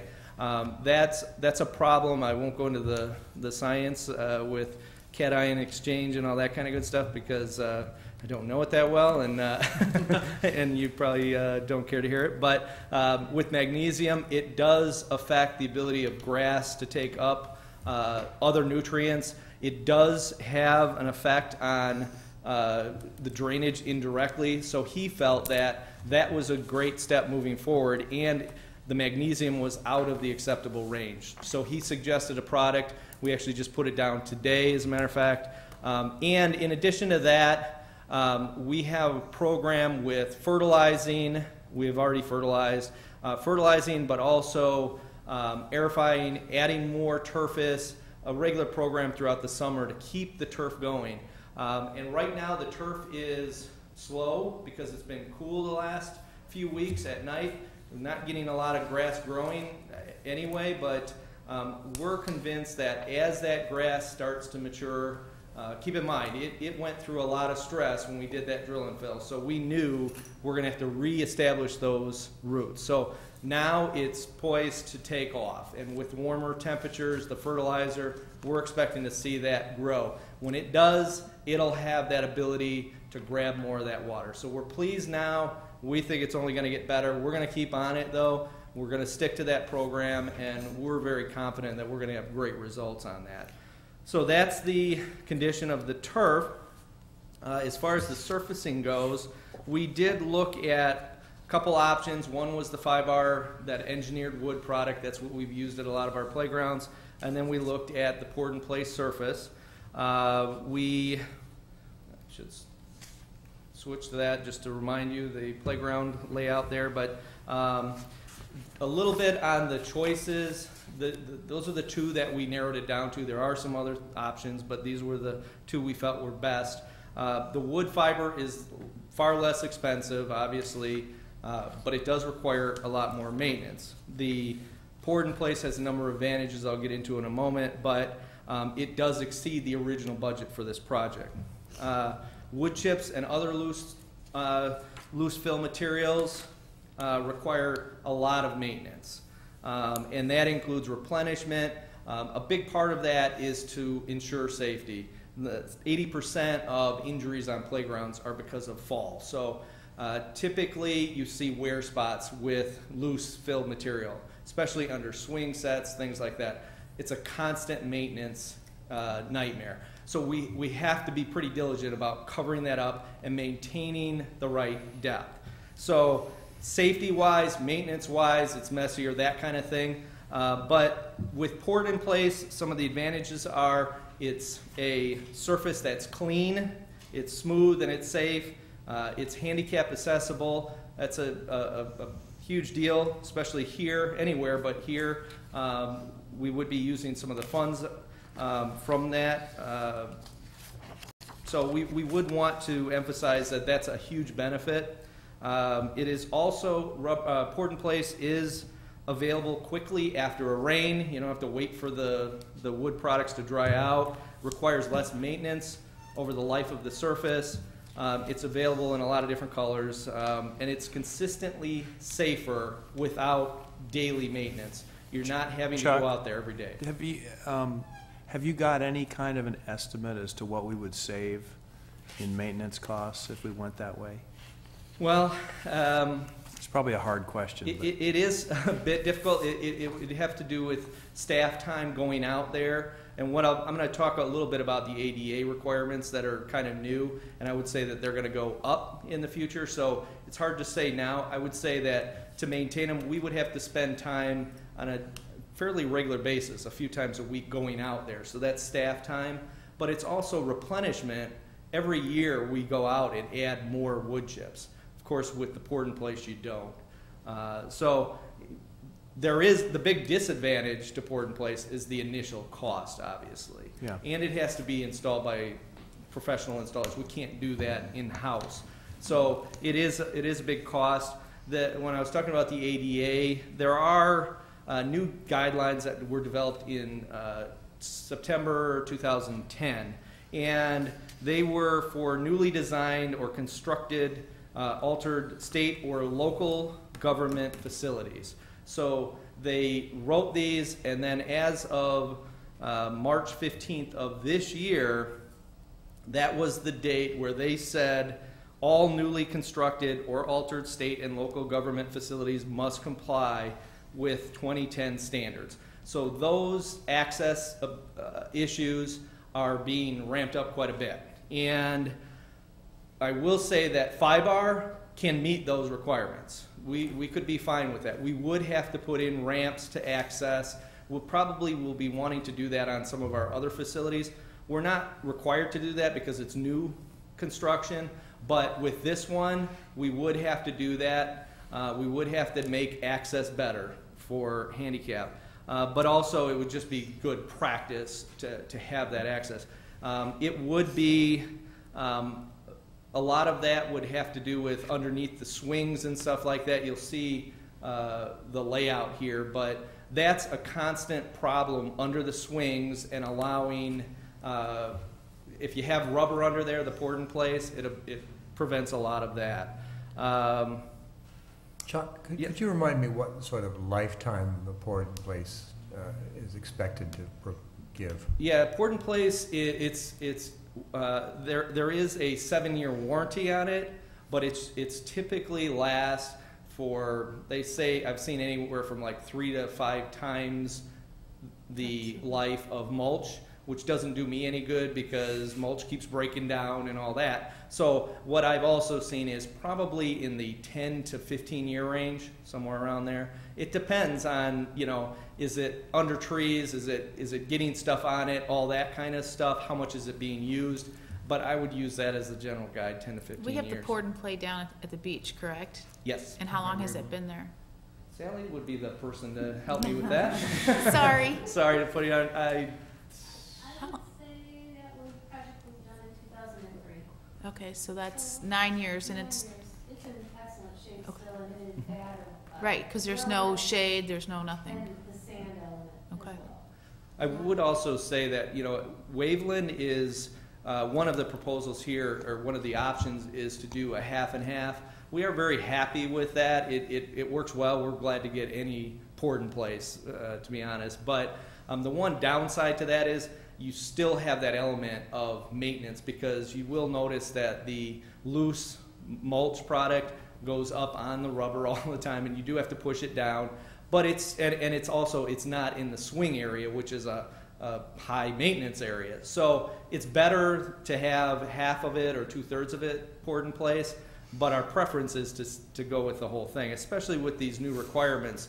We're concerned that, and we're going to do this regardless, but the big message with the ADA requirements is that we are now held to higher standard. We're going to have to keep these safer consistently. So the wearing out underneath the swings or under structures, we've got to keep on that on a daily basis. Whereas with the poured in place, you eliminate that.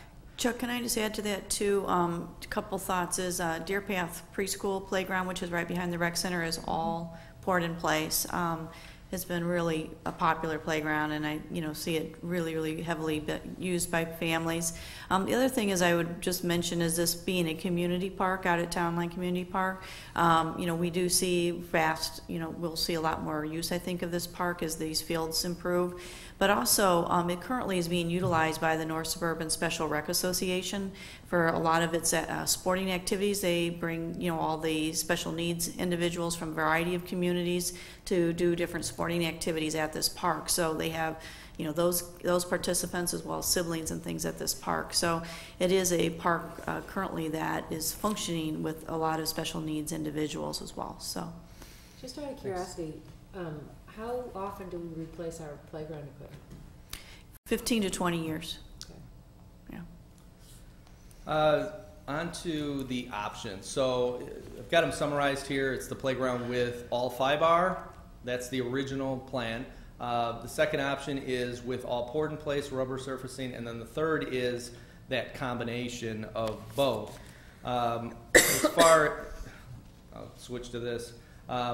This obviously is, the whole playground with either 5R or with rubber. It would be completely covered.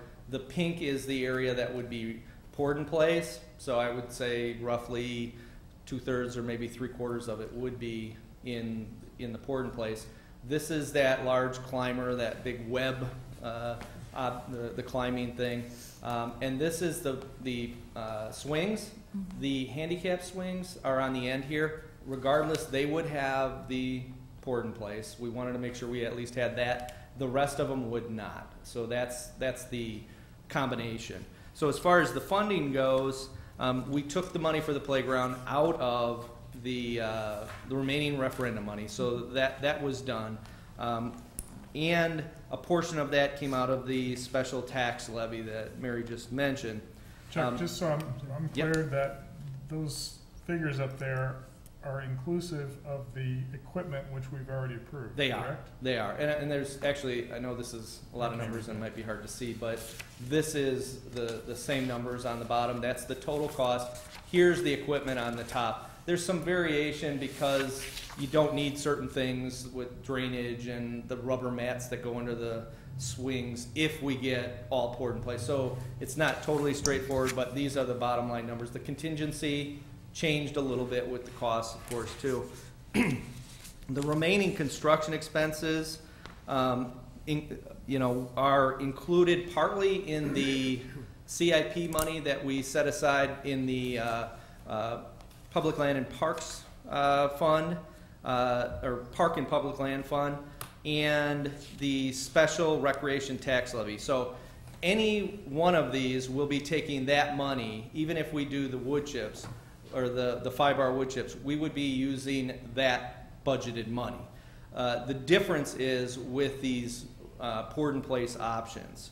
So with the all poured in place, the additional cost would be expended from the recreation fund surplus, which is a balance of $700,000 in excess of what the city requires of 15%. So we're asking to take the majority of this out of that, as well as that if we do option 3 and we do that split with both, we'd be looking at the same thing. We'd just be taking $34,000 out of that fund instead.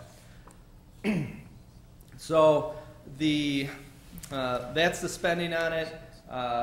The recommendation is to approve the purchase of the remaining playground installation material and surfacing option 2. That is staff's recommendation, and I just went over the breakdown on how we would pay for it.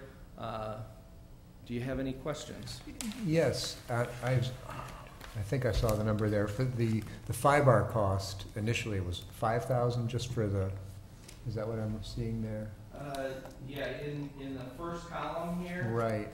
And so, just to get a sense of, obviously the poured in place is nice because it's done. Right. So we don't have to think about it for 10 or whatever years. If with the 5R, roughly how often do we have to bring in a new load? And Well, we bring in some every year, but overall, Peter is also in charge of that. He tells me on every couple years we have to add a significant amount. It does break down. It's an engineered wood product. It does break down, so you have to bring it up quite a bit on a regular basis. It just seems that over the life of the poured in place, you're probably not saving any money over the 5R, that the maintenance, the labor, and the actual materials cost. Yeah, I would agree that over the long run, I wouldn't use that as my sole argument, just because the advantages that I mentioned earlier. Oh, right. I'm just for saying. Sure. But you're right. I wouldn't claim that you break even on it by any means. I mean, ultimately, it is more expentive.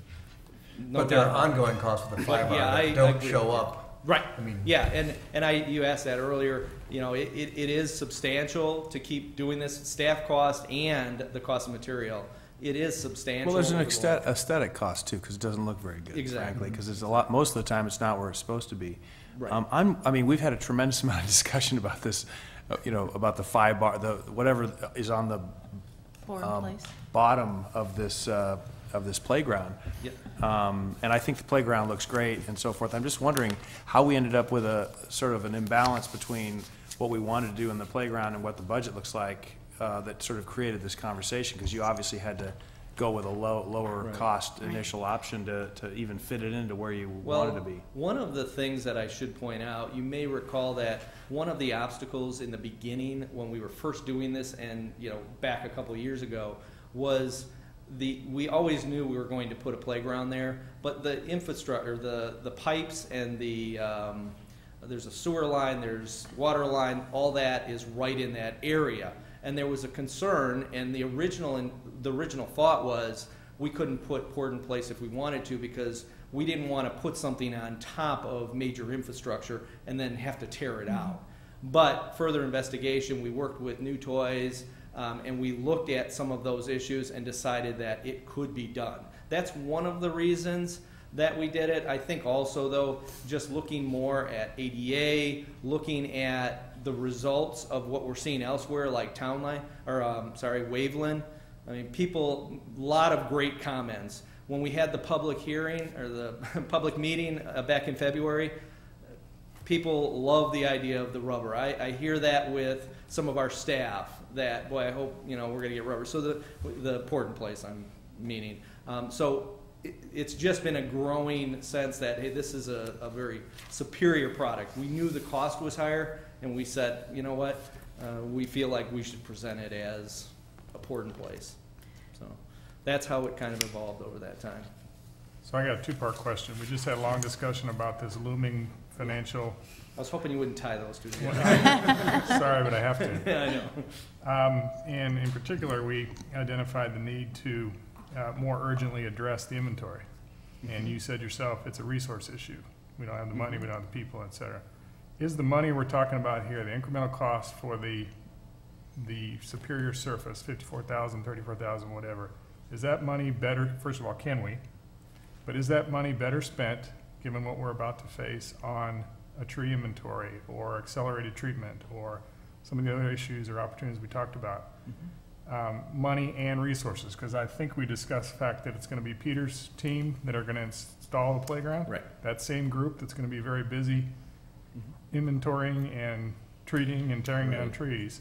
Well, actually, I interrupted that. It wouldn't be the case. We have staff that are just forestry staff, and then staff that are more trained in the parks. So they're not the same I'm team. confused. So My question is, given what we just heard about EAB, is this the right use of these resources right now? Oh, that's a I guess I'll valid throw it question. out to you guys. Certainly, On that, Chuck.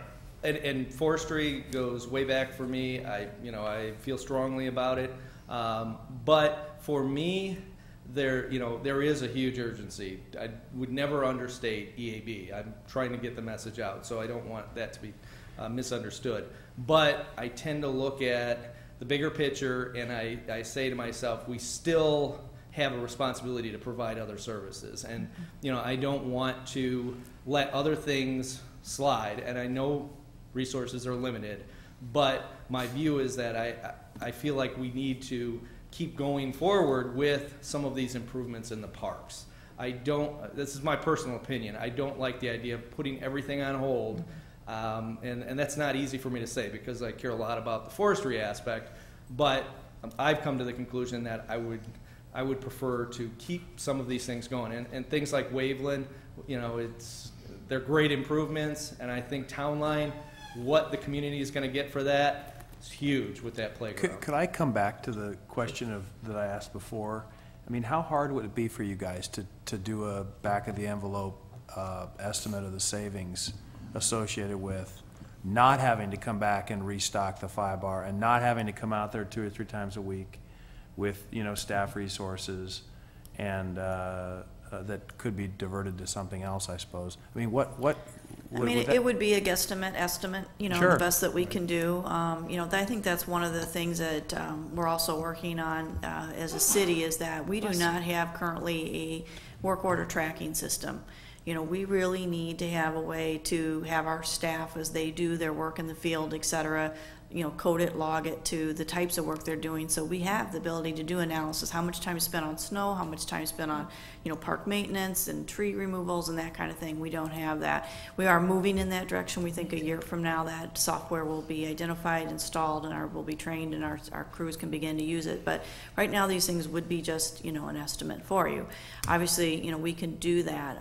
I think really it comes down here now is, the question is the middle of the road a prudent option, given the challenges on all sides of it.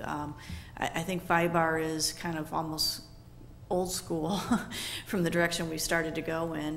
That's what we put in at Waveland, right? Less than a year ago? We put in half and half. It's half board in place, half 5-bar. Yeah, I'm saying all 5-bar. Not that old school then, because we just... No, I'm saying all 5-bar would be the old school, Okay. yeah. But if we could do either the combination or entirely poured in place, I think it keeps that approach that we've got as far as providing quality surfaces and safe, accessible surfaces going, which I think is helpful. $20,000 in the overall scheme of what EAB is going to be, it's not going to make a difference. I mean, it's not going to make a much, but obviously I respect that you want to be conservative on, how we're spending money. But And did you say, Chuck, that if we went with a partial 5-bar solution, we'd be ADA compliant? Yeah, we would be, but again, that's where we would, staff expense will grow because the part that we're not putting that is a fall area because of that large web. We would have to make sure that that is up to the minimum thickness and the swings. So maintenance and not to mention brushing off the 5-bar that drifts over to that. So it is, it is an option. I just, I think we would prefer to have the whole thing. Waveland has been fairly successful, but we were out there today and it was full of kids. It was great to see. There are, the kids don't care that there's a little mulch on the rubber. I'm not saying that, but we know that we're going to have to step that up. Again, to relate that to EAB, it is a big workforce, but it is a strain on our workforce to be doing more and more with the parks and knowing that EAB is going to have a huge impact. So we are trying to weigh those things out, and a lot of it just has to do with the better quality surface. I don't have to say that again. You all know if you've walked on it, it's far superior. It's a great product. How many, just curious, maybe we can't quantify this either, but how many groups do we have out there during the summer? I mean, how many people a day use that park at Townland? Baseball and soccer and whatever else? Well, it does vary by season. We did look at that. We were in several hundred a week using that park for the turf fields. And then obviously during baseball season, it accelerates. So currently, like I say, we have several hundred children using that park on a daily, weekly basis. And then, really summer is actually the quieter time there because a lot of our camps and stuff are in other locations where we have better rain facilities if there's an issue with it. But so that actually is a little quieter at the park in the summer. But the fall and spring is very busy. And how does it compare? Again, maybe it's unquantifiable, but how does it compare to the beach usage or other places, or Waveland even? I guess where I'm going with this is, it seems to me, as somebody that uses, we spend a lot of time at Town Line during baseball season, and it would be a great thing to have there. And my assumption would be that there's far more people that would find use out of this, which would lead me to a port in place, just because of maintenance costs and everything. But do we have any of those kinds of numbers as to what's We don't. I used think more? it's still so new. I mean, we've only had it a few years. The fields haven't been great. We've had to defer playing on them while we address some of these drainage issues. So we have not seen the park reach its usage potential. Obviously, we'd love to see that grow. And then I think the other, aspect that we're looking at too is we deliberately wanted to give these fields enough time to grow in and get the root system, so we didn't put everything out there initially. So, that is, I think it will continue to see accelerated use. I will tell you that the residents, interestingly enough, who, as many opposed the park at all, now love the park and have their grandchildren or families in that area that are looking to use that park. So I think it will continue to, be very, very, popular. I think one of the things too to think different about is like Waveland. It's gone, in a neighborhood setting, and we don't have as much sport play there anymore like we used to. But Town Line's picking up that load. So, our playgrounds, and, I love to go out and see them. It's just amazing how many kids are on the playgrounds and using them. And we want kids to do that. I mean, we need kids to be active and healthy and out and about. But, I'm just suggesting right now, just to kind of keep this conversation moving along, if we could, I'm thinking of my home HGTV garden shows and stuff, we could take one off the list that you're not interested at all and just set that aside right now. Can I get a sense of whether you are interested in any port in place component or all, or what are you thinking? My gut tells me to spend the extra money just for longevity purposes and be done with it, even though I hate to spend the money. That's kind of what I'm feeling. Yeah, I would agree with Lauren. You've also said that people have wanted to rent that park, or the pavilion, and haven't been able to because they want a playground and the playground's not there. So we're losing out on that rental income as well. Right. It's not huge income though. No, I mean, I want to be but- upfront. It's Right. It's not a lot of money, but If again, one person it does could. it, someone else might be interested in doing Right. it. I know, like even Conway Office Park recently was looking at it for their employee, like a weekend picnic that they wanted to do there, and they chose not to do it because we didn't have a playground. So those kind of things, it's hard to predict right now where that could lead us if we had these amenities, but I think it's something that would be very much enjoyed, and I think that I think the payout over time will equal what we would do with fiber and all the maintenance and the stuff that goes along with it. Especially, I think ADA is just getting stricter. There's a lot of discussion about eliminating fiber as an ADA surface. However, the reality is there's so few states. Illinois is kind of a leader in ability to keep up with this. Other states have even less capability and funding for parks and recreation. To get them in compliance nationally is a huge challenge. So, I mean, I'm leaning toward making the investment, but I'm looking for financial justification for doing that. And it feels like it might be there somewhere if this is a 15, year lifespan. Well, I think we have a good example of the park down at the beach. I mean, that is used a lot, specifically in the summer months, and it does get beaten on with the sun. It's not shaded at all, and you do have the sand, and that, not the wonderful sand, but those pebble type things, and so I think, and that's 9 years and is in great shape. So think about how long this could last. Yeah, could go 15 You're or right 20 that years. Sand is incredibly abrasive, and we're constantly Ask my feet. taking the sand off there. We didn't really have a choice there. You can imagine if we would have used other surfaces there, it would have been a nightmare. Right. But it has held up with that abuse by the sand. So. I mean, I'm not inclined to split the difference, frankly. I like the idea of either going with it or don't, and maybe coming back later and. And I guess I don't understand what has shifted the argument since Waveland. Because at Waveland, we were perfectly content with the middle option, with some chips and some port in place. And is it ADA? Why are we in a different situation less than a year later? Well, my initial answer would be the same, that it's if you're kind of what you're saying, if you're going to do it, you do the whole thing, you eliminate all the maintenance. We're still having to go out there all the time for that maintenance. That's my initial feeling on it, but that's what changed. I think the other thing that changes for me is that compliance issue, and it's related to the maintenance, where I know that we can take the high road and take the complete ADA accessible. We don't have to worry about those depths going below the standards now. And as Mary said, lots of people will be out of compliance on that. No argument there. Lots of agencies will have a hard time. But while we have the ability to do it, I don't like the thought that next year I'll be coming back to you saying, remember what we said about Waveland? We want to do the whole thing, which I might, by the way. But this today, I'm looking at it as if we can get another one completely done. I started when we were doing the Waveland one, and I watched that process. For me, it changed just by seeing the process and seeing how successful the rubber, the poured in place was. I've shifted my view more toward, if we can do the whole thing, why not do it now? So we've learned from our experience with Waveland, thinking that the half and half would be good. We wouldn't be spending as much time. It would cut down, but that's not the case. We are spending as much time out there on the part that isn't. It's reduced, but not as much as we thought. We still have to go to do that, that cleanup on a regular basis. And you're seeing that the poured in place is really worth the extra. Exactly. Well, just the back of the napkin, I thought I'd throw something over here. I mean, just looking at, assuming that it was 2 hours a week, because we have drive time and time to clean up over there.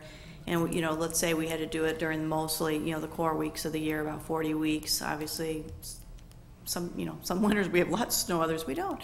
That alone is around $1,400 in just staff time right there, and it's about $1,000. That's not incremental cost, though, right? What's that? That's not an incremental cost. Those people are on the payroll right now. Well, it would be our seasonal, so yes, that would be an incremental. If they're not going to town line, they're doing other work for the city. Right, this is our seasonals that do this work. So these aren't contractors we're hiring just to go to town line. No. No, they're. It's more insightful to look at what the true incremental cost would be for the chips for any other non-payroll cost. We don't need to debate it now, but I don't want to go down this path of justifying it based on labor that's already on the payroll. Right.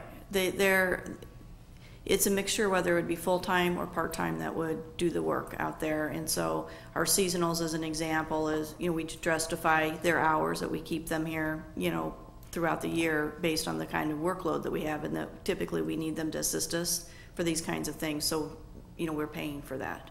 But, so that's why, yes, it's currently in our budget for them to go out and to do some of this work, but we aren't keeping up with it as much as we should. So we may, have to address that if we, have to continue to do that maintenance. It's about, I'm going to say, I think Peter's talk when we were talking about wood chips before. Now this is assuming the whole playground wood chip, it was in the $1,000 range. I'm not sure on this size. We priced out what it would be, and just a portion of that. So it's not a huge cost. Chuck, did you have any other numbers on that, thoughts on it? Portion of it, or? Yeah, or just what you think it would be for the wood chip. I know you had to price it out total for the playground, but that's doing the full level depth from, ground up, Right, and I think, initially the numbers would be we're going to spend $500 to $1,000 on that if we do a portion of it. If we do that portion, you figure that's what it's going to cost. In a couple of years, we'll be adding to that. So, it's probably, I don't want to say outright that it's going to cost, $1,000 every 2 years, because it won't all go away. But that's kind of gives you an idea. That area is about $1,000 to get it in place, and that's a big. It sounds to me like there's a cost there. It may not bridge the gap. It's probably not going to make it, a wash versus going all 5-bar. But there's some mitigation of the difference, and there are some intangible benefits that have been talked about. So, it feels to me like we ought to just do it. Right. Do we want to make a motion? Do we want to stop the conversation? Are we ready to make a motion? Recommendation? Anyone? Bueller? I move that we approve the staff's recommendation, option 2. Second? Option 2, the hybrid? The full. No, Yeah. he's right. It's option 2. Yeah, yeah, it's full. A second? I'll second. All those in favor? Aye. Opposed? No. Okay. 4 for, 1 against. Motion passes. Thank you. Thank you. Thanks, Chuck. Okay. All right. Next, Chuck can sit down and Jeff can stand up as he spotlights the Forest Park 25th Anniversary Beach Bash. Yes. Good evening, Madam President, members of the board. Last month, Sally invited you to a party, the Festival and Fireworks on the 4th of July featuring Kenny Loggins. Well, that party won't continue for the entire month, but at the end of the month, July 27th, 28th, and 29th, we will be celebrating the 25th anniversary of the renovations to Forest Park Beach. We want to celebrate the hard work, the dedication, the vision of the mayor, city council, city staff, the Shoreline Restoration Advisory Committee, and the YES Committee. I mean, they put in a lot of hard work. They took a lot of knocks for, proposing such a radical change to the beach. But you can see where their hard work, their persistence really paid off. I mean, Lauren commented that she goes down there often. She remembers it from when it was, in high school. And now we have a beautiful park, a beautiful beach, unlike nothing along the North Shore. So we need to celebrate that. So we have planned a full weekend of activities, all of which are free. And one of the big things that we wanted to do was make sure that we foster a sense of community, that these are events that everyone can participate in. There is, we're not favoring a group over another, but really, again, to foster that sense of community as well as create some memories. So what do we have planned for Friday? Friday, starting at 7 p.m., we're going to be doing a bonfire at the council ring with s'mores, hot dogs, at least while the supplies last. Storyteller, do some telescopes for stargazing. Hopefully the night will cooperate for us.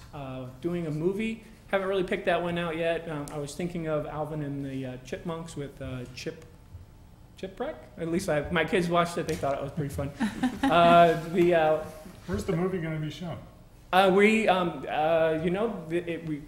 out a contractor. It's a big 15, 20, like 10 the one to you've 20. done in Market Square before? That kind I'm of not size? sure I've done. Oh, it's even bigger than that? 25-foot screen Right. that we actually put on the sand and sell too, and it faces the ground, or actually, it faces the sand. Everybody sits in the sand. It sits on the boardwalk. We do it every year. Yeah, they project on the backside of it, so you have an unobscured view. And the Lake Forest Yacht Club is going to hold a Venetian night, so they're really excited about that because that gives them some exposure. And then Saturday, the Coho Fishing Derby is actually one that is a carryover from 25 years ago. There's 2 divisions, one on the beach, one in boats. Then from 1 to 3, we'll do some free demos of the kayaks, the sailboards, paddleboards. We're going to do a volleyball tournament, do some metal detecting out in the sand with little prizes, get some exposure to just walking around the beach. And then a concert from 3:30 to 5 featuring the Johnny Wrestler and the Beach Bum Band. Sunday, again, with the Coho Fishing Derby, the volleyball tournament, we do a rededication ceremony, and then some family activities, including sandcastle building, a family Olympics. We'll have a small or a mini taste of Lake Forest, and then a concert. Mirror Images actually performed 25 years ago, and it would be pretty interesting to see those individuals now. One of them is our... They're even better. Yes, they are practicing right now, and the head of, the drummer is our Director of Public Works, Michael Thomas, so he's pretty excited. They're practicing, getting ready, hopefully we can get some free bird or something like that. And then there's Mr. Myers, they're a steel drum band, very popular along the area. So we're also doing a master sandcastle builder. He lives in the area, but he travels in the wintertime to Malaysia, all across, everywhere, just building these amazing sandcastles. And he's so excited about being able to stay home for a weekend that he's going to come and help us out. So we're pretty excited about that, to have such, such a talent come out for us. So really, that is the celebration that we want to have. And if you have any questions, I'll be more than happy to answer them. Is it in the budget? Yes, well, we did create a budget for it. We did get city funds. So Bob Kiley and the city council has contributed a significant portion to pay for this. So it's not coming out of the Recreation Parks Department. Great. Thank you. Sounds fun. It sounds like a great time. Thank you. Thank you. Mary, Director's Report. Okay, just a couple of things coming up. I wanted to mention this weekend, May 11th through the 13th, is our dance recital, which involves a very large number of participants in the community. It's going to be at the high school. On May 19th, our Kinderhaven preschool is having their Kinder Shop fundraiser. It's going to be from 9 to 3 at the rec center. On May 26th, the beach opens for the season, so it'll be here before we know it. And then June 1st, we have the Fred Jackson Golf Classic at the Deerpath Golf Course, and would love to see a foursome of the golf board members to join us out there again. And Robin, you could still play. I will be playing. And I'm in. Yeah, okay. And it's a great time. It's a good, Foundation works on this. This is, as you know, a really important fundraiser for them, and all the monies come back to assist us in our capital needs in the department. So, yeah. Yeah, it's the best. I'll put in a plug. It's the best. Friday afternoon in June every year. It's a great time. As long as it doesn't rain. Yeah. It really is a fun Still a event great time. because It's a lot of fun. it kicks off in, like, as Steve said, late morning, and you play through the afternoon. So you still have your Friday to do whatever, with your family and your friends, etc. Obviously, you can stay at the golf course and, hang out with everyone till much later in the evening if you wanted to. But really, it's an afternoon golf outing and lots of fun. We do all kinds of fun things on the holes to really showcase the many services we have, but also just to make it a unique golf event. So it's a lot of fun. And so we're still taking registration for that. So we need foursomes. Everybody come support our foundation and the department. And then the last thing is I want to just remind everyone we are still taking registration for our summer camps. And again, summer will be here before you know it. So if you haven't got those plans made, we'd love to see people take a look at all the program offerings that we have this summer. Great. That's it. Thanks, Mary. Any other comments by the board members? Can we have a quick update on Deerpath, rounds and revenue? Sure. Should have brought it with me. We were surprise at you. council last night. We are ahead of where we were last year for total memberships sales, which is a wonderful thing to see. However, it's a little bit skewed because we've started a new program. Richard Franklin, who's our golf pro, has reached out to youth to do a youth program, and we've got Lake Forest Country Day School and is it Lake Forest Academy, I believe. Their youth are taking out, doing lessons with Richard and then taking out a partial season membership. So we're up to almost 70 juniors, golfers that will be using the course, which is really great to see. We are slightly down in resident individual memberships and non-resident individual memberships, not by a lot. I believe we're down by 8 memberships, but those do add up, and we're hoping that during the month of May we'll still get more membership sales. So we're pleased at where we are. We think with the weather, with getting warmer, we'll see some memberships still come in at this point. We do know in the past we've typically had around 100 memberships this month that are still sold, so if that was to happen, we will be on track with the memberships. Daily fees were ahead of the game in March because it helped us get the season going. However, we've kind of had a miserable April, so we're kind of slowing up, so that's kind of getting back in track with what we've had prior years. So we are this close to launching our new website, which is going to be a tremendous enhancement. It is going to give you the opportunities to look at all the potential tee time options that are there versus you having to plug in a time and hope it's available and wait and see if you get that time. You can actually go in and buy your foursome and, you know, do that. And it also has a great way for us to measure all of our revenues at the course with relationship to whether they've used the, you know, driving range, the per round revenue driven for use of carts. We'll also be able to allow us to track more closely merchandise sales. Merchandise sales, by the way, since we've redone the clubhouse, is so 1,400% increase, I think, something along that line.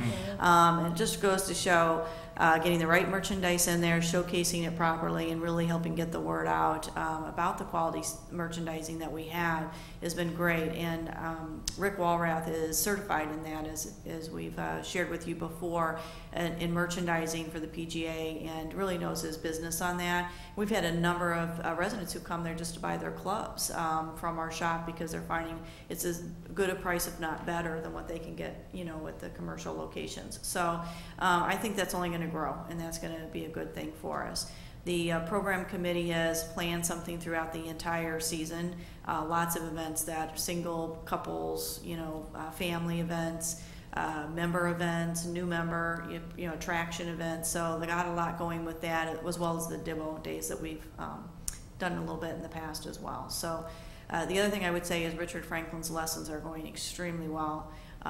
He's booked pretty heavily now. So he's bringing on extra staff to work with him so that he can continue to grow the lesson program throughout the whole summer. So it's exciting stuff. I notice he's on LFTV now. What's that? He's giving lessons on LFTV now, I saw the other night. Wow. Yes, we're doing tips from the pro, and lesson information on the TV. We've got some upcoming articles that are planned in various newspapers are going to be showcasing the course for us as well. And the email blast with the new website, it allows us to email blast directly to our golf constituency on a weekly basis, which we'll be doing during the prime season and every other week on the shoulder season. So again, just constantly reinforcing and letting people know that my club is Deerpath, and we want you to know what's happening there and come be a part of it. So I think it's been a lot of work from the Golf Advisory Committee. I plug for them. They've done a tremendous amount of work to assist the staff, as well as Kemper Sports has been great to work with, and Jeff has really put in a ton of time to keep this moving in the right direction, and we think we've got a lot of good positive momentum going right now. And they were sharing last night, Rick was sharing, because he's in the clubhouse obviously now every day, and even these older players that showed a lot of skepticism about the changes have said that, it still feels like my club. This still feels like the same place, and yet it's better in many ways. So I think that we've made that turn, and I think we're getting a lot of buy-in and a lot of excitement about the course from everyone. So it's been a good direction to go, I think. So good update. Thank you, Mary. Anything else? Opportunities now for the public to address the board on items not listed on the agenda. And Trish, it's been cleared out. Trish, would you like, Sally, anything? All right. Can I have a motion to adjourn the meeting? So moved. Second? Second. All those in favor? Aye. Opposed? Meeting adjourned.